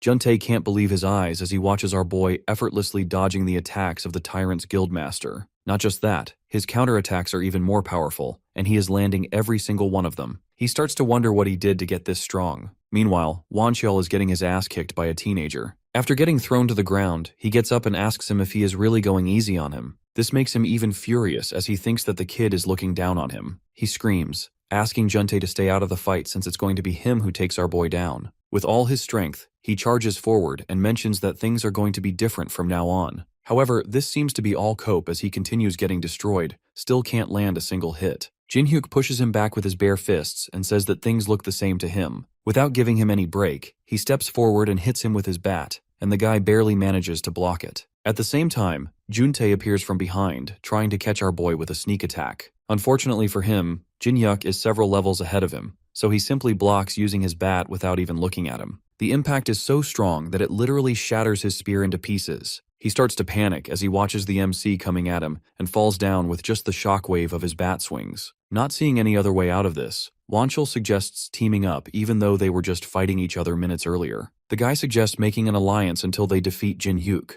Juntae still doesn't seem to trust him, so he threatens to kill him if he backstabs him during their alliance. Wancheol shouts at him to fall into position, as they both might have a chance against our boy if they combine their strengths. Meanwhile, the news reporter mentions that the identities of the two S-rank hunters fighting in the war have been revealed. However, they still don't know anything about the hunter who just joined their fight. Moreover, they haven't heard anything from the guildmaster of the Titan Guild. Just as the reporter mentions this, we see Seo Sangho slowly opening his eyes in his room. Immediately after waking up, the first thing he does is to get dressed. Bro cares more about his guild's aura than his own health. After getting ready, he looks for Hyena and wonders where she is. Meanwhile, she gets a call while she is on her way to the battle zone. She is shocked to hear that he is finally awake and puts him on speed on everything that's going on. Seo Sangho asks her where she is, and she tells him that she is headed to the war zone, explaining that Jin Hyuk formed a new guild and she is now a part of it. All of this is too much for the guildmaster to handle, so he decides to contact Jin Hyuk directly and ask him about it. However, Hyena tells him that it's not possible since the MC is literally fighting two S-rank hunters as they speak. Hearing this, Seo Sangho gets up from his seat,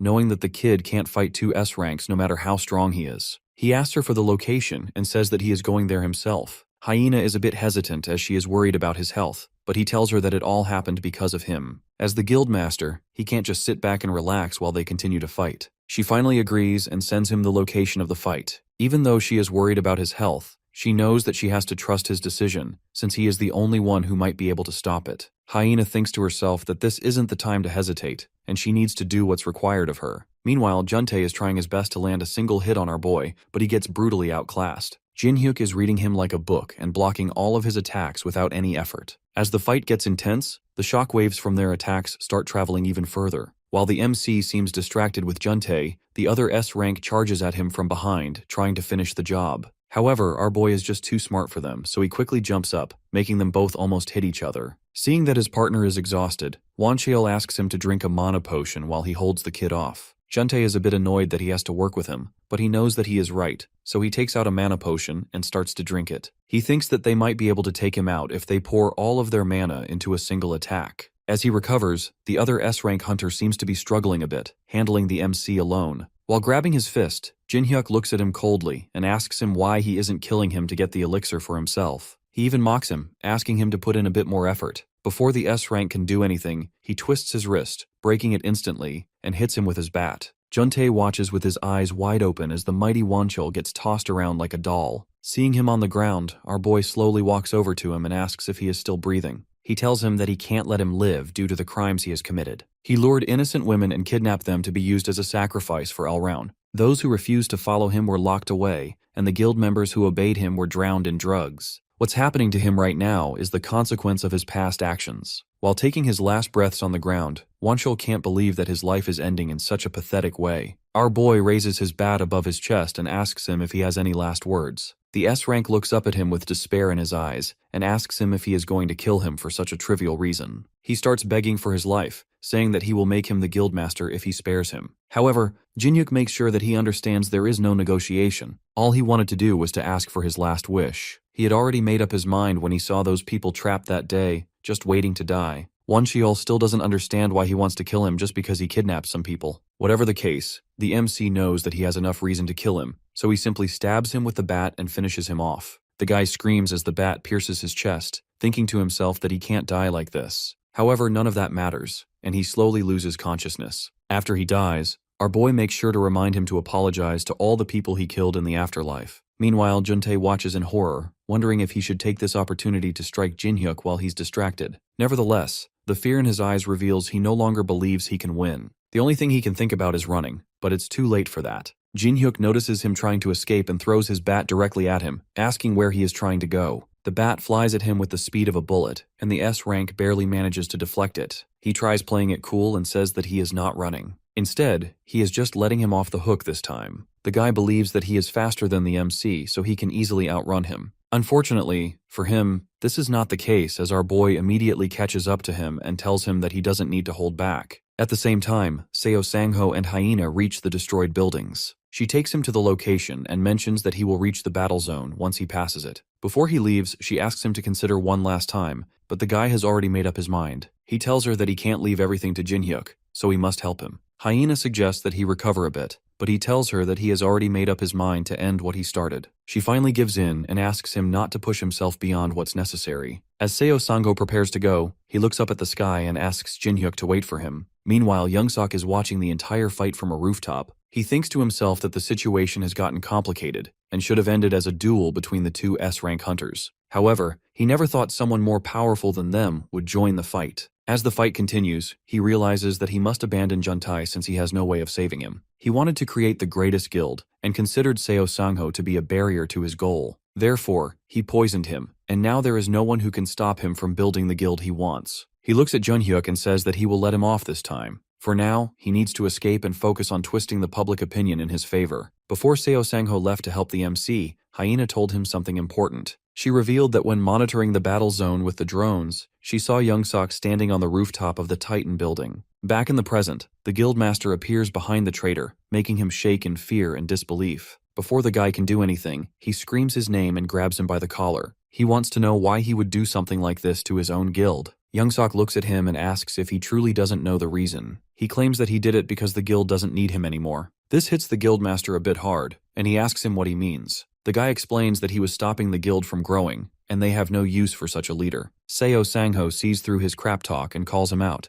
saying that he is only trying to justify his actions since he did all of that because of his own greed. Young-sok, on the other hand, argues that he saved the guild from being destroyed by him. The guildmaster doesn't agree with this and tells him that the guild is being destroyed because of what he did and the incident that he orchestrated. The traitor has nothing left to say, so he summons his knife and tries stabbing the guildmaster. Despite not being fully recovered, Seo Sangho easily dodges the attack, telling him that he continues to disappoint him to the very end. This gives the guy a chance to escape, and he starts running, thinking to himself that his only crime was creating the greatest guild. He blames Jin-hyuk for interfering with his plan and jumps off the building. The guildmaster isn't going to let him get away with his crimes, so he chases after him and summons his own weapon. While still in the air, he swings his axe and hits the guy directly in the head, telling him to take responsibility for the disaster he has caused. With a loud scream, his head is cut wide open, and he falls to the ground. Seo Sangho stands in front of his body and says that he has finally fulfilled his duty. However, he suddenly remembers Jin-hyuk and realizes that he spent too much time chasing after the traitor. He immediately rushes towards the site to help the MC. Meanwhile, our boy is destroying the S-rank without any problem. After taking a hit to the chest, Juntae finds it hard to breathe.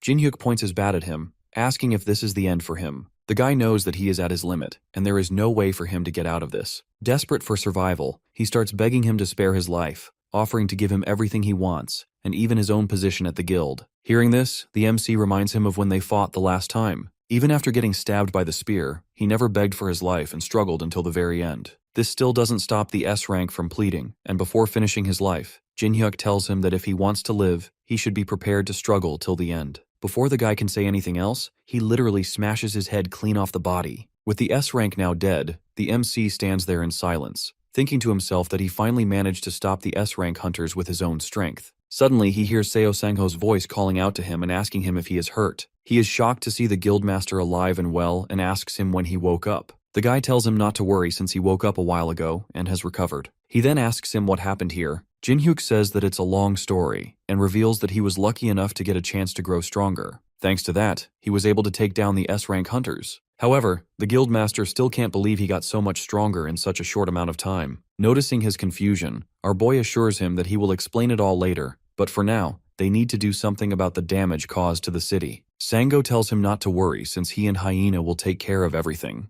The important thing is that he has received a message from Hyena in which she stated that the association wants to meet him. The scene changes to a training room in the Hunters Association headquarters, where Jin-hyuk stands in confusion. Even though he accepted their invitation to visit the headquarters, he still doesn't understand why they are making him go through this. A voice informs him that this is a test, and he needs to destroy the drones ahead while dodging their attacks. Before he can figure out what is happening, the drones start attacking, so he instinctively decides to take care of them first. The drones are attacking him from all directions, and it's making it harder to dodge their attacks, but compared to his fight against the S-ranks earlier, this doesn't even count as a warm-up for him. With a confident smile on his face, he immediately starts destroying all the drones using his bat. It doesn't take long for him to clear through them, and the voice mentions that this is a new record. He stares at the screen in front of him and tells them that he is getting annoyed now since he wasn't informed about this test earlier. The girl on the other side mentions that this is part of the official procedure to determine his rank as a hunter. After his recent fight with the two hunters, he came out defeating two S ranks alone,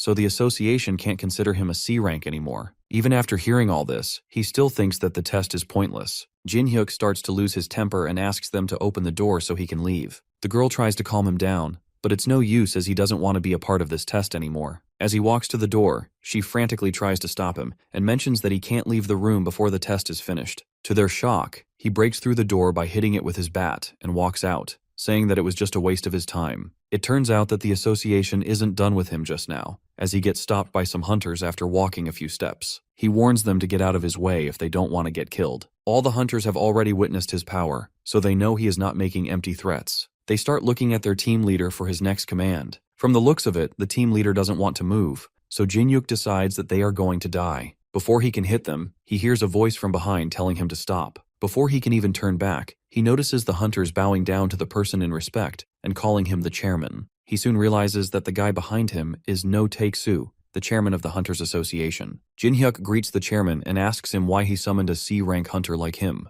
The chairman notices that he is upset and apologizes, explaining that the reason he called him here is that someone wanted to meet him. The person he is talking about is none other than the strongest hunter in South Korea, Cheon Sang-ho. Even our boy is shocked after seeing the #1 hunter in front of him. As the guy walks towards him with his immaculate drip, he wonders why someone like him would like to meet him. Cheon steps forward to shake his hand with the MC, which feels like a fan moment. He asks him why he wanted to meet him, and the guy mentions that he saw footage of his recent fight with the two S-rank hunters. Cheon compliments him for his performance and says that he just wanted to meet him in person. The MC thanks him, but he knows there is something more to this. It doesn't take long for the top-ranked hunter to reveal that he wants to ask him for a favor. Meanwhile, Seo Sang-ho and Hyena are having a discussion over tea at his apartment. She informs him that, according to their latest findings, the remnants of the Tyrant Guild and the Titan Guild have now merged into the Pantheon Guild with the approval of the association. She apologizes, saying that she tried her best to save the guild. Hearing this, he tells her that it was the right call to disband the guild. It seems like he regrets his past actions a bit, and thinks that he could have avoided this mess if he had listened more to the other guild members. With this, he announces his retirement from the hunting business. Hyena hands him a contract form and says that it will be a waste for him to retire now. After taking a look at the contract, he realizes that it's a registration form for the Pantheon Guild. She tells him that their guild needs someone like him, and that's also what their guild master believes. Hearing this, he asks her if she is already part of the guild. She winks at him and confirms that she now works for the Pantheon Guild. Meanwhile, Jin-hyuk and Cheon are standing face to face, prepared for a duel. He finds this entire situation weird since he was initially thrown into a test room,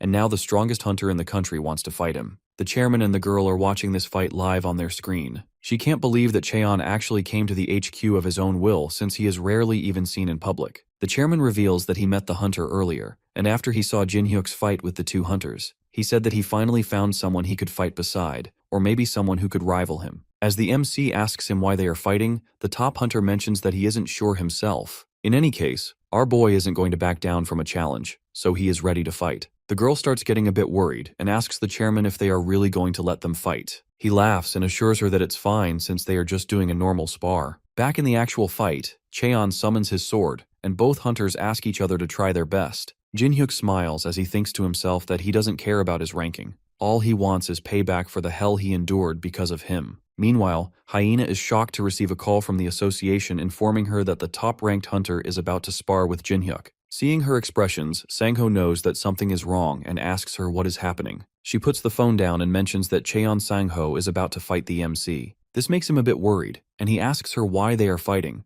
but she also has no idea. Thinking that Jin-hyuk might be in danger, the two decide to head to the Hunters Association. The scene changes to the fight where both hunter are patiently waiting for the other to lower their guard. The girl asks the chairman what he thinks about this fight. Just then, the two hunters charge at each other and their weapons collide. The chairman thinks that the top-ranked hunter will win this. In the actual fight, both hunters seem to be on par in terms of their power. As they both get pushed back, Jin-hyuk realizes that Cheon is on a different level than the other S-rank hunters. He decides it's pointless to try to gauge his strength first. Instead, he decides to go all in from the very start and releases a powerful aura shockwave towards the top-ranked hunter. He stands in front of the attack, wondering if Jin-hyuk is ready to go all in. This gives him enough reason to also get serious, so he slashes clean through the aura and charges at him for a counterattack. He wants to see the MC's true strength and tries pushing him to his limits. The girl watching this starts to get a bit worried as the fight gets more intense. Even Jin-hyuk can sense the immense power coming from the top-ranked hunter. He swings his bat to try pushing him back and gets excited thinking about fighting someone this strong. This might give him a chance to test his own limits. However, to his surprise, Cheon tells him that they can't go any further. As he wonders what the guy means, the top-ranked hunter announces that he is lost. This makes Jin-hyuk even more confused, and he asks him what he is talking about. Even the chairman is shocked since this is his first time seeing him admit defeat. He asks him why he is ending the spar so suddenly. Cheon raises his sword and reveals that if he continues this fight, it might not hold any longer. Just as he says this, his sword suddenly breaks into pieces. With this, the chairman announces the end of the duel and officially makes Jin-hyuk an S-rank hunter. It doesn't take long for this news to break out, and his fight with the two S-rank hunters is shown all over media channels. They also reveal that he defeated the country's top-ranked hunter in a duel and call him in for an interview. While being questioned about the defeat, he admits that it's true and says that Jin-hyuk will undoubtedly become the face of the Korean hunter world. Meanwhile, the MC is a bit disappointed that the duel ended this fast since he wanted to fight a bit longer. As he is walking away from the association, Cheon calls him out and congratulates him on officially becoming an S-class hunter. Our boy thanks him and says that he is grateful for the interview he did for him, but he wants to know why he did it. The top-ranked player explains that he just wanted comrades to fight alongside him, and this was a way to make the association aware of his strength. As he begins to leave, Jin-hyuk stops him and tells him not to hold back when fighting him the next time. He knows that the sword he used during the duel was a fake. As the two walk away, he thinks to himself that Cheon was definitely going easy on him and even used a cheap sword. This makes him wonder if he was helping him so the association would recognize his strength. In any case, it's thanks to him that he has realized that he is still not strong enough. Later, he heads to the parking lot where Hyena's car screeches to a stop. She jumps out, clearly worried, and rushes to check on him. Sang-ho gets out too, just as concerned. She says she couldn't believe what she heard about the spar. The previous guildmaster is also mad that the association called it just a sparring match, but they had thrown him against the strongest hunter in the country. He even suggests filing a complaint, but Jin-hyuk stays calm and says he isn't upset. In fact, he learned a lot. Fighting Cheon reminded him of the intense pressure he once felt at the Dragon Temple. He suggests they return to the guild and talk things over. That evening, he finally feels relaxed for the first time in a long while. He reflects on how rare it is to feel at peace. The constant fighting has kept him on edge, but now he can finally breathe. Just then, he gets a call from Junshul, the guild manager. The guy asks if he's okay after the fight with Cheon and reminds him not to overdo it. Strength is important, but so is staying alive since he is the guild master. The MC appreciates the concern and promises to take care of himself. He changes the topic and asks how the guild is doing. Junshul gives good news, informing him that they've officially taken over the Titan and Tyrant Guild's assets, which were once their biggest rivals. They've also opened new hunting zones that are buzzing with activity. These new areas are helping the guild grow stronger and protect its territory from other guilds. He invites Jin-hyuk to visit soon, and he agrees. After the call, our boy sits quietly, exhausted. He wants to rest, but he knows he has responsibilities. Instead of relaxing, he decides to go to a dungeon and catch up with Cheon. He stops by the dwarf craftsman's workshop to ask for help. The dwarf isn't too happy to see him, complaining that he only shows up when he needs something. Jin-hyuk apologizes and says he needs his weapon upgraded. The dwarf complains that he always disappears when he's sent on errands, making him unreliable. The MC explains he had his reasons and promises to make it up to him. When he tells the dwarf about the spar with Cheon, the dwarf gets furious and grabs his weapon. He demands to know if Jin-hyuk lost while using the bat he crafted. He's clearly offended. Still, instead of refusing, the dwarf says he is lucky since he's been wanting to try out a new technique anyway. He tries to thank him, but the dwarf cuts him off, saying he's not doing it out of kindness. He just wants to prove himself as a craftsman. As Jin-hyuk leaves, he starts thinking about Lucia, as he hasn't seen her in a while. He realizes she might have the answer to something that's been bothering him. Feeling hopeful, he heads deeper into the dungeon to find her. But as he walks, he feels like he's forgetting something important, though he can't figure out what. When he finally finds Lucia, she's furious. She almost punches him, demanding to know why he came without bringing anything. Instead of answering, Jin-hyuk says he was looking for her and asks if she's really been in the dungeon all this time. Lucia confirms it and says that she's been working on a magic circle, which is her only hope of returning to her world. She's made some progress, which catches his attention. He asks if she'll be able to go back soon. Lucia sighs and says it's not that simple. She's tested her dimensional magic a few times. Everything seems to go perfectly. She follows all the steps and it feels like the spell works,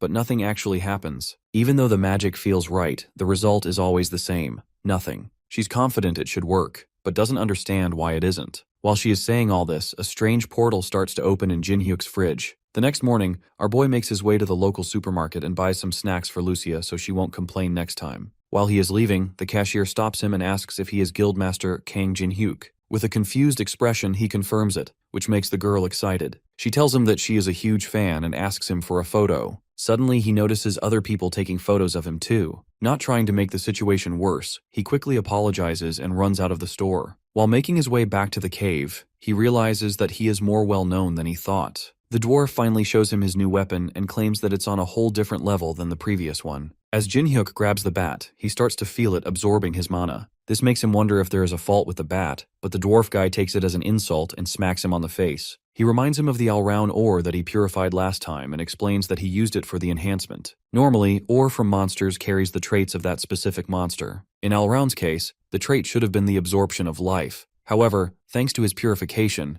it changed to the absorption of mana. Since it's draining his mana, it means that the weapon is working perfectly. Still, Jin-hyuk is a bit worried about the bat draining all of his mana, but the dwarf assures him that it will stop after a certain amount. Suddenly, the bat stops absorbing his mana, which means that it is at its maximum capacity. The dwarf tells him that he can use the mana stored inside whenever he wants. To test it out, our boy aims the bat directly at a statue in front of him and swings it in the air, causing it to release a powerful shockwave of mana. The dwarf is a bit impressed that he was able to use it this well on his first try. Jin-hyuk thanks him for the enhancement, but the old guy doesn't want his thanks. He only wants some booze. As the two of them talk, the dwarf asks him where he is going today. He mentions that he is going to see Lucia for a bit. Hearing her name, it becomes apparent that the dwarf doesn't like her. This makes our boy curious, and he asks him why he can't seem to get along with her. The old man makes a serious expression and says that it's a long story. The only reason they are tolerating each other is that they have no other choice. However, dwarves and elves have been at war for as long as he can remember. He claims that the elves sold their people to the dragons, which comes as a shocking revelation to Jin-hyuk. He finally realizes the depth of the beef between the two races. Later, when he meets Lucia, she screams at him as usual, asking him where he has been. He asks her why she called him to the temple when she is always in the boss's room. Instead of answering him, she simply asks him to look around him and says that the entrance temple has suddenly disappeared.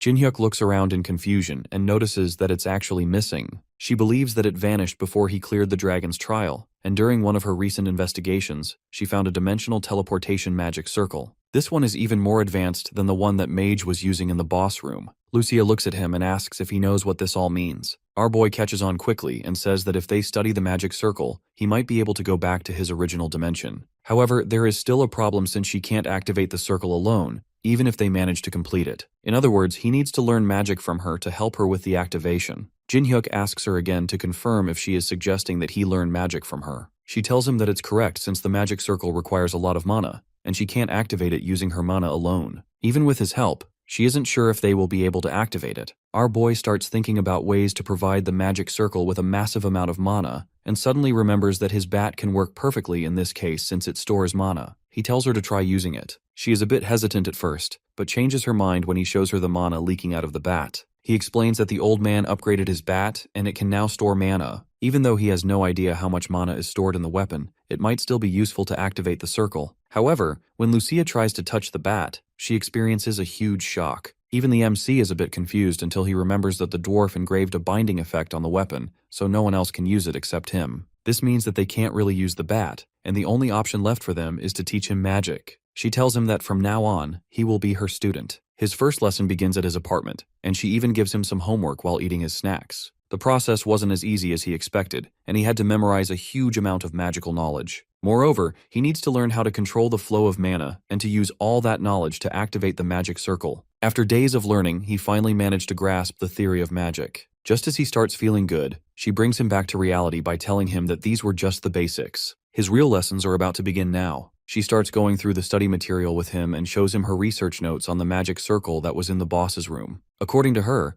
the reason the magic circle failed was because the mage modified the original circle to handle all the mana on his own, since it requires a massive amount just to activate. As a result, the teleportation itself succeeded, but the dungeon appeared in his room instead. Hearing all this, Jin-hyuk asks her why they are even talking about that magic circle if it was a failure. She tells him that even if it was a failure, they can compare it to the magic circle in the Dragon Temple and figure out why it failed. This will help them make a better one that actually works. From that day on, the the two of them continued researching how to create the perfect magic circle. Jin-hyuk got more and more proficient in magic as time went on, and before long he could finally use it to pour mana into the magic circle. He fills the bat with the maximum amount of mana and starts pumping it all into the magic circle. Lucia is also helping him in the process and tells him that she will give him a signal when he has poured enough mana. As the two start pouring mana into the magic circle, it suddenly lights up and starts glowing. This is a sign that the magic circle is reacting to the mana. Jin-hyuk just needs to continue pouring in mana until it finally activates. However, something goes wrong, and his bat unexpectedly starts leaking aura. He tries his best to stop it, but it's not under his control. Even Lucia is confused and asks him why he is injecting aura into the circle. The MC tells her that he is also not sure what is going on, and the two try their best to keep the circle active. Moments later, the ground beneath them starts shaking, and the floor below the magic circle completely collapses. Fortunately, they both manage to back off before the ground collapses, so they don't get caught up in the mess. However, this also means that their only option of going back is now gone. Lucia screams at him, blaming him for making the circle disappear. Meanwhile, the portal inside his fridge starts to glow even more. Later, the two of them sit in his apartment while she eats some snacks. He apologizes to her, saying that he never thought his bat would start injecting aura into the circle. She is still not convinced and screams at him, saying that he doesn't even know the difference between mana and aura. My man literally gets pushed back by her words and explains that he uses the bat for fighting all the time,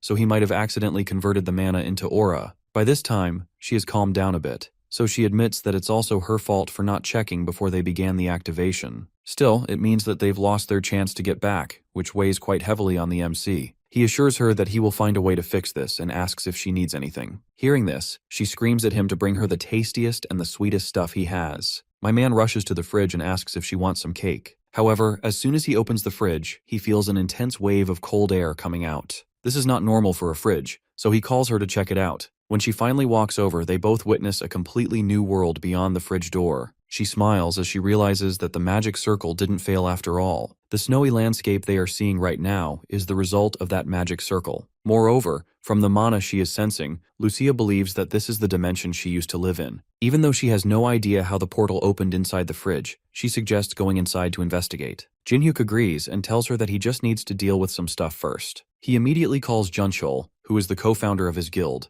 and asks him if he can come to his place. At the same time, he invited Hyena to join them too. When they finally arrive, he explains to them that he is temporarily going away in order to train. After fighting Cheon, he realized that he was still not good enough. Hearing this, the co-founder asks him if he has figured out a way to get even stronger. He tells him that he is not certain yet, but it can be a possibility. Hyena sends him a report and mentions that the guild is doing well for now, but if he is gone for too long, things might become difficult to handle. Before Jin-hyuk can even answer, our boy Junchul stands up and assures him that there is nothing to worry about. He says that he will handle all that stuff so he doesn't have to worry. Since their guild influence is as strong as his, he can go and come back even stronger. Later, Junchul calls another guild member and informs him that the guildmaster is going away for a while, so he will be handling more of the guild's responsibilities. The man is a bit worried hearing this, and asks if it's really okay for him to leave at a time like this. The co-founder assures him that it's fine, since when the guildmaster comes back stronger, their influence will grow even more, and they will become the #1 guild in the country. Meanwhile, Lucia is waiting for our boy to change. He comes out with a heavy winter coat and apologizes, saying that he had more to pack than he thought. Afterwards, he hands her a special bow with some arrows, and reveals that the dwarf instructed him to give it to her. She quietly analyzes the weapon for a bit and says that giving her a few arrows is not a big deal. However, her expression suddenly shifts as she realizes that the arrowhead is top quality. Jin-hyuk expresses excitement, saying that he thought it was a normal arrow since he tossed it so casually. He mentions that the old guy really looks out for her. Lucia still isn't ready to admit it, but says that she might have to pay him back for this eventually. The two of them finally decide to step in, and immediately, he can tell that this is a different dimension. They wonder where they should start investigating and come across a mysterious dungeon. Our boy seems excited for this and says that something is definitely hiding inside. She agrees, and the two decide to head into the dungeon. The dungeon is deeper and bigger than they actually assumed, and as soon as they step inside, she immediately senses some monsters running towards them. Lucia cautiously stops him and tells him to get ready since it's about to go down. It doesn't take long for the monsters to appear, and they turn out to be yetis. The monsters fiercely jump towards them, and she asks our boy if he can handle them. With a confident smile, he assures her that he has it under control. He summons his bat and claims that he can take them out with his eyes closed. She finds it amusing and tells him that he talks too big. The two of them start clearing off the monsters without much problem, with the MC attacking them head-on and Lucia supporting him from the back. As the battle continues, she starts to realize just how good the arrows are. Jin-hyuk is also feeling himself, so he decides to end it in one final blow. At the same time, the dragon god gets a message that the apostle has crossed dimensions. He listens to the dragon while sitting on his chair and announces that he will meet the apostle soon. The dragon still doesn't understand why he gave the rank of apostle to a human like him instead of a noble dragon kin. Hearing this, the dragon god reveals that he did it because of the man's destiny. He was born to bring ruin to the world. A fierce battle erupts between Jin-hyuk and the monstrous creatures. Our boy launches himself into the air and prepares to end the fight swiftly. Without hesitation, he strikes down with his bat like a bolt of lightning. The weapon crashes into the creature's skull, killing it instantly. Breathing heavily, he opens his inventory and reads the name of the monster, Yeti. This name surprises him, as he doesn't recall seeing such a creature before. Lucia soon approaches and reacts sharply when she hears the word Yeti. She explains that Yetis are known to live in packs in the mountains. If the creature he just killed was indeed a Yeti, then they needed to leave the cave immediately. Jin-hyuk, confused by her urgency, questions the sudden need to escape. She warns him that killing a single Yeti usually triggers the entire pack to attack in retaliation, and when they do, their strength is overwhelming and merciless. Before they can discuss further, a blizzard suddenly roars through the tunnel, and monstrous howls echo from the shadows. Realizing the danger, he asks her why she didn't mention this earlier, but she admits she only just remembered. With no time for arguments, she urges him to run. As they flee, the icy floor begins to crack beneath their feet. Despite the danger, he glances back at the advancing creatures and questions whether running is even necessary. From his perspective, the Yetis don't seem particularly strong. Lucia, however, explains that the risk isn't just from the monsters themselves. The structure of the cave is fragile, and any battle here could cause the ice to collapse, killing everyone inside. Suddenly, he comes to a stop. Lucia, alarmed, demands to know why he's halting in such a dangerous place. He replies calmly that he has a tool that might help. He pulls out a flash grenade and plans to use it to freeze the monsters in place. Just as he prepares to throw it, something unexpected happens. Instead of chasing them further, the Yetis start to retreat back into the cave. Both Jin-hyuk and Lucia are taken aback. The creatures, which moments earlier had been charging at them, now appear frightened. She looks toward the depths of the cave and suggests that the Yetis might be sensing something even more dangerous ahead. She believes their instincts are warning them not to go any further. The MC is shocked by the idea that something so terrifying could exist deeper in the cave, something that could scare off an entire pack of Yetis. She confirms she senses a strange and powerful magical energy, unlike anything she's felt before. It's dark, twisted, and deeply unsettling. She proposes that the only way to find out more is to continue forward. They push ahead until the tunnel opens into a vast hidden area. In the middle of the mist stands a large, snow-covered structure. Lucia points out that this is the source of the dark magical energy they've been sensing. Jin-hyuk decides they should investigate it closely, though Lucia remains tense. She warns that the aura surrounding the place is disturbingly unnatural. Even she, who had never known fear in battle, feels a deep unease in her chest,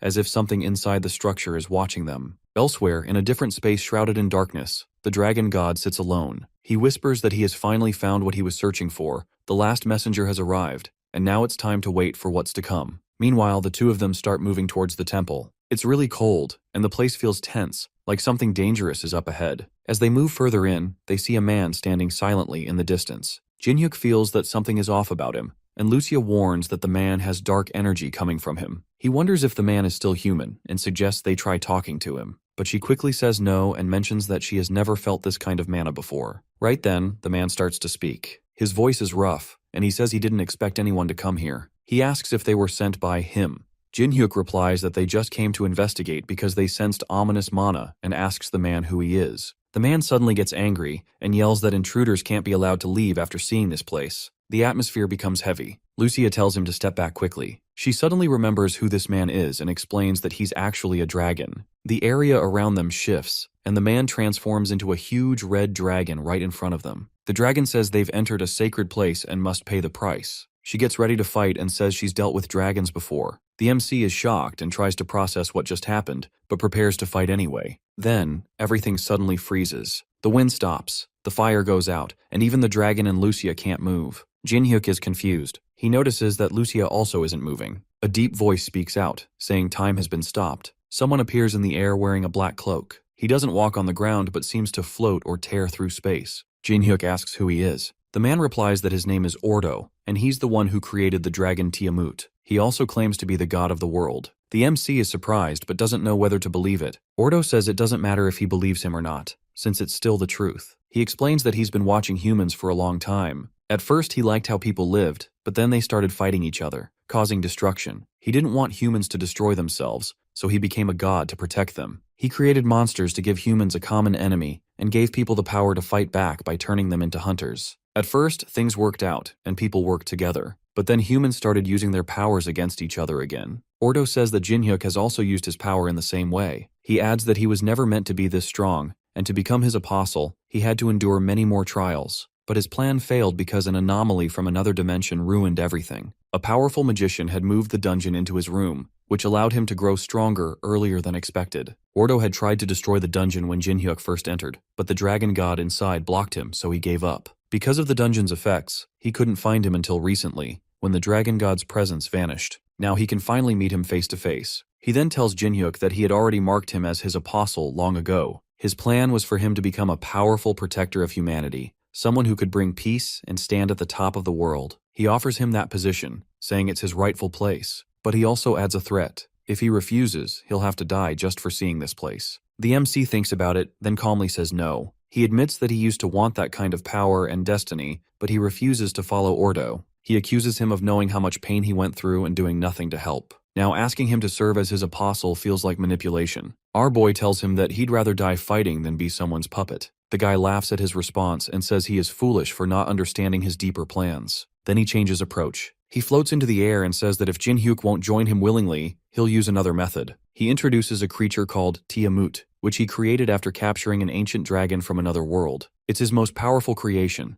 and he claims that nothing can stop it, not even hunters or monsters. He plans to use this creature to destroy everything and build a new world filled only with people who love peace. Jinhyuk will be the first sacrifice to this new creature. Even facing this terrifying threat, our boy doesn't back down. He grits his teeth and tells Ordo to bring it on. Then he charges straight at the dragon-like creature, even though it seems like suicide. The guy is impressed by Jinhyuk's bravery but says it's pointless since he'll be left behind. Meanwhile, somewhere underground, a dwarf is finishing a shiny new set of armor. He talks to himself, saying that it took longer than expected to make this armor because the old one was too worn out. He remembers Jinhyuk and jokes that the guy better bring him some good booze as thanks. He recalls how he used to be weak when they first met, but gradually became one of the strongest people on the continent, probably helped by that loud elf too. He wonders what they'll bring back this time and laughs, thinking that it might even be a dragon. Back at the battle, Ordo snaps his fingers, and the giant creature suddenly comes to life. Its eyes glow, and it starts to move with huge muscles flexing. Lucia regains consciousness and realizes what's happening. She shouts at Jinhyuk to be careful.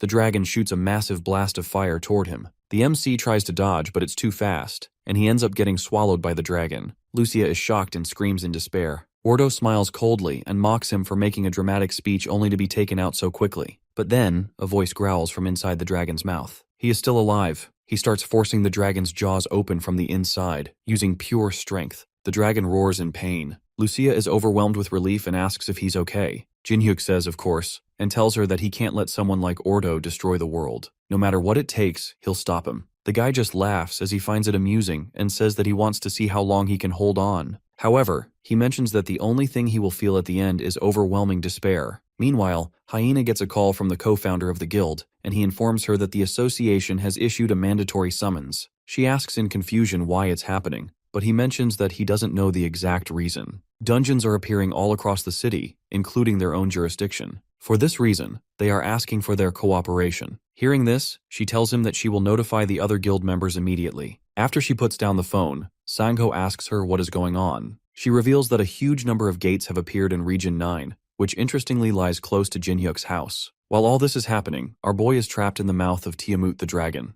Lucia is worried since he might burn to death if he doesn't come out quickly. The MC struggles to get out, but the dragon is too strong, so he can't push its mouth open. Suddenly, the elf shoots an arrow that hits it directly in the head. The dragon screams in pain and opens its mouth, which gives our boy enough time to escape. Despite taking a direct hit from the arrow, it seems like the dragon is still fine. As Jinhyuk falls to the ground, it furiously flies towards him to finish him off. He immediately gets up, thinking that it's not even giving him any time to breathe. The dragon slams to the ground and uses all of its strength to crush our boy. At the same time, Lucia tries shooting another arrow at it, but the dragon notices her before she can shoot. It uses its tail to smack her, and the impact sends her flying away. The MC finally realizes just how strong this dragon is since he made her fall with just a single hit. With her down, the dragon shifts its focus back towards our boy. With the pressure increasing, Jin-hyuk knows that he has no other choice but to go all out. Ordo seems a bit disappointed in the MC and believes that it's all over. He orders the dragon to finish him, but something seems off. Despite the dragon using all of its strength, it can't crush our boy. This makes the dragon shocked as it can't believe that a mere human is able to withstand its power. Jin-hyuk starts pushing back with everything he has and uses the power he gained from the dragon's temple. He unleashes all that power while screaming on top of his lungs, causing the dragon to pull back. I can't believe that someone like him can handle so much power. Even Ordo is shocked and refuses to believe that he is seeing the power of the dragon god. Meanwhile, the dragon god sits on his throne, announcing that it's time to go since his apostle has finally realized his true power. He gets up from his throne, saying that he will settle this long-standing grudge today. Back in the other dimension,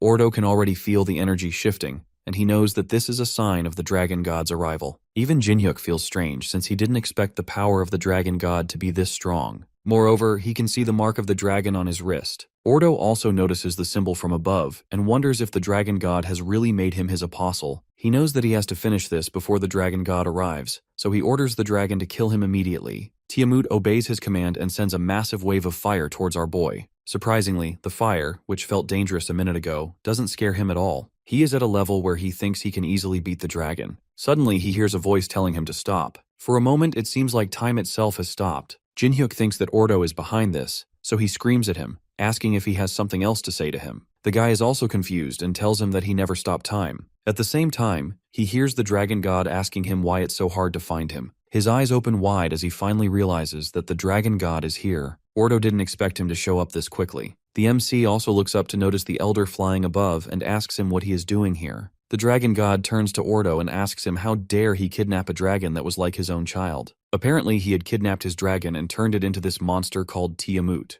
The dragon god asks him why he did it despite knowing that it was wrong. The guy starts making excuses and says that it was something he had to do for his world. He, as a god, should understand this. The dragon god can see right through this crap and tells him that creating a monster from his stolen child in order to destroy his world wasn't something necessary. He just did it for his own satisfaction. Even right now, he is trying to kill his apostle just because he doesn't like him. This makes Ordo furious, and he lashes out, saying that he only did this to bring peace to his world, and it's all a small sacrifice to pay for that peace. Bro thinks he is Thanos. Hearing all this, the dragonkind turns to Jin-hyuk and asks him if any of it makes sense to him. Our boy launches himself towards Ordo, saying that it's all nonsense. The guy asks him if he even knows the situation he is in, since he is interrupting a conversation between gods. He tries stopping time by snapping his fingers, but nothing happens. With a shocked expression, he wonders why his powers aren't working on the MC. The dragon god explains to him that he is facing his proxy, who can wield the power of the dragon. In other words, he is someone with power equal to a god. It is now time for him to be defeated by the very human he looked down upon. Without wasting a second, our boy starts swinging at him with his bat. Ordo manages to block his attack, but his insane power quickly overwhelms him. Jin-hyuk screams at him, saying that they don't need a god who wants to destroy their world, and throws him to the ground. The guy falls down with a massive explosion and smoke covering the entire area. Our boy opens his eyes to find himself in a different plane in space. He sees Ordo standing in front of him, telling him not to be worried. Seeking some answers, our boy asks him what he is trying to do. The guy explains that he just altered the dimensions since he wanted to talk. He admits that he lost the fight and mentions that getting hit by him changed his entire perception. It made him realize that being a god doesn't mean that he knows everything perfectly. Therefore, he's decided to stop what he was planning before and instead make himself in charge of the entire world. As his body starts disappearing, he tells the MC that he will be overseeing everything from on, and mentions that he has to prove himself wrong. Jin-hyuk isn't so sure that he can handle all that responsibility, but Ordo has made his decision. He makes him the new manager of the world, and our boy goes back to the other dimension. The dragon god asks him if he had a good talk and explains that Ordo gave everything up and decided to trust humans again. He even gave him back the dragon, saying that he would watch over the new world. Before leaving, the dragon god tells him that it's his duty to bring peace to his world. He assures him that he will be cheering him on and says that he should become a manager that even the two gods would acknowledge. Jin-hyuk stands there thinking if he has actually become the manager of this world. Just then, he hears Lucia's voice calling him out. He rushes back to her and asks if she is okay. She reveals that she almost died, but the dragon god healed her body, allowing her to recover. Since it's all over now, our boy invites her to go back home. However, she mentions that this is her original world, so she can't leave. This makes him a bit sad, and he asks her if it means that they won't see each other anymore. The two say their goodbyes and part ways. Looking down at his world from above, our boy remembers how a dungeon appeared in his room out of nowhere. He never thought a bottom-tier hunter like him could become the manager of the world. He still doesn't know what Ordo saw in him to give him this power, but he knows for sure that he needs to guide humanity down the right path so they don't go astray. He'll do all that while communicating with others to build a better world as a fellow human and the manager of a new world.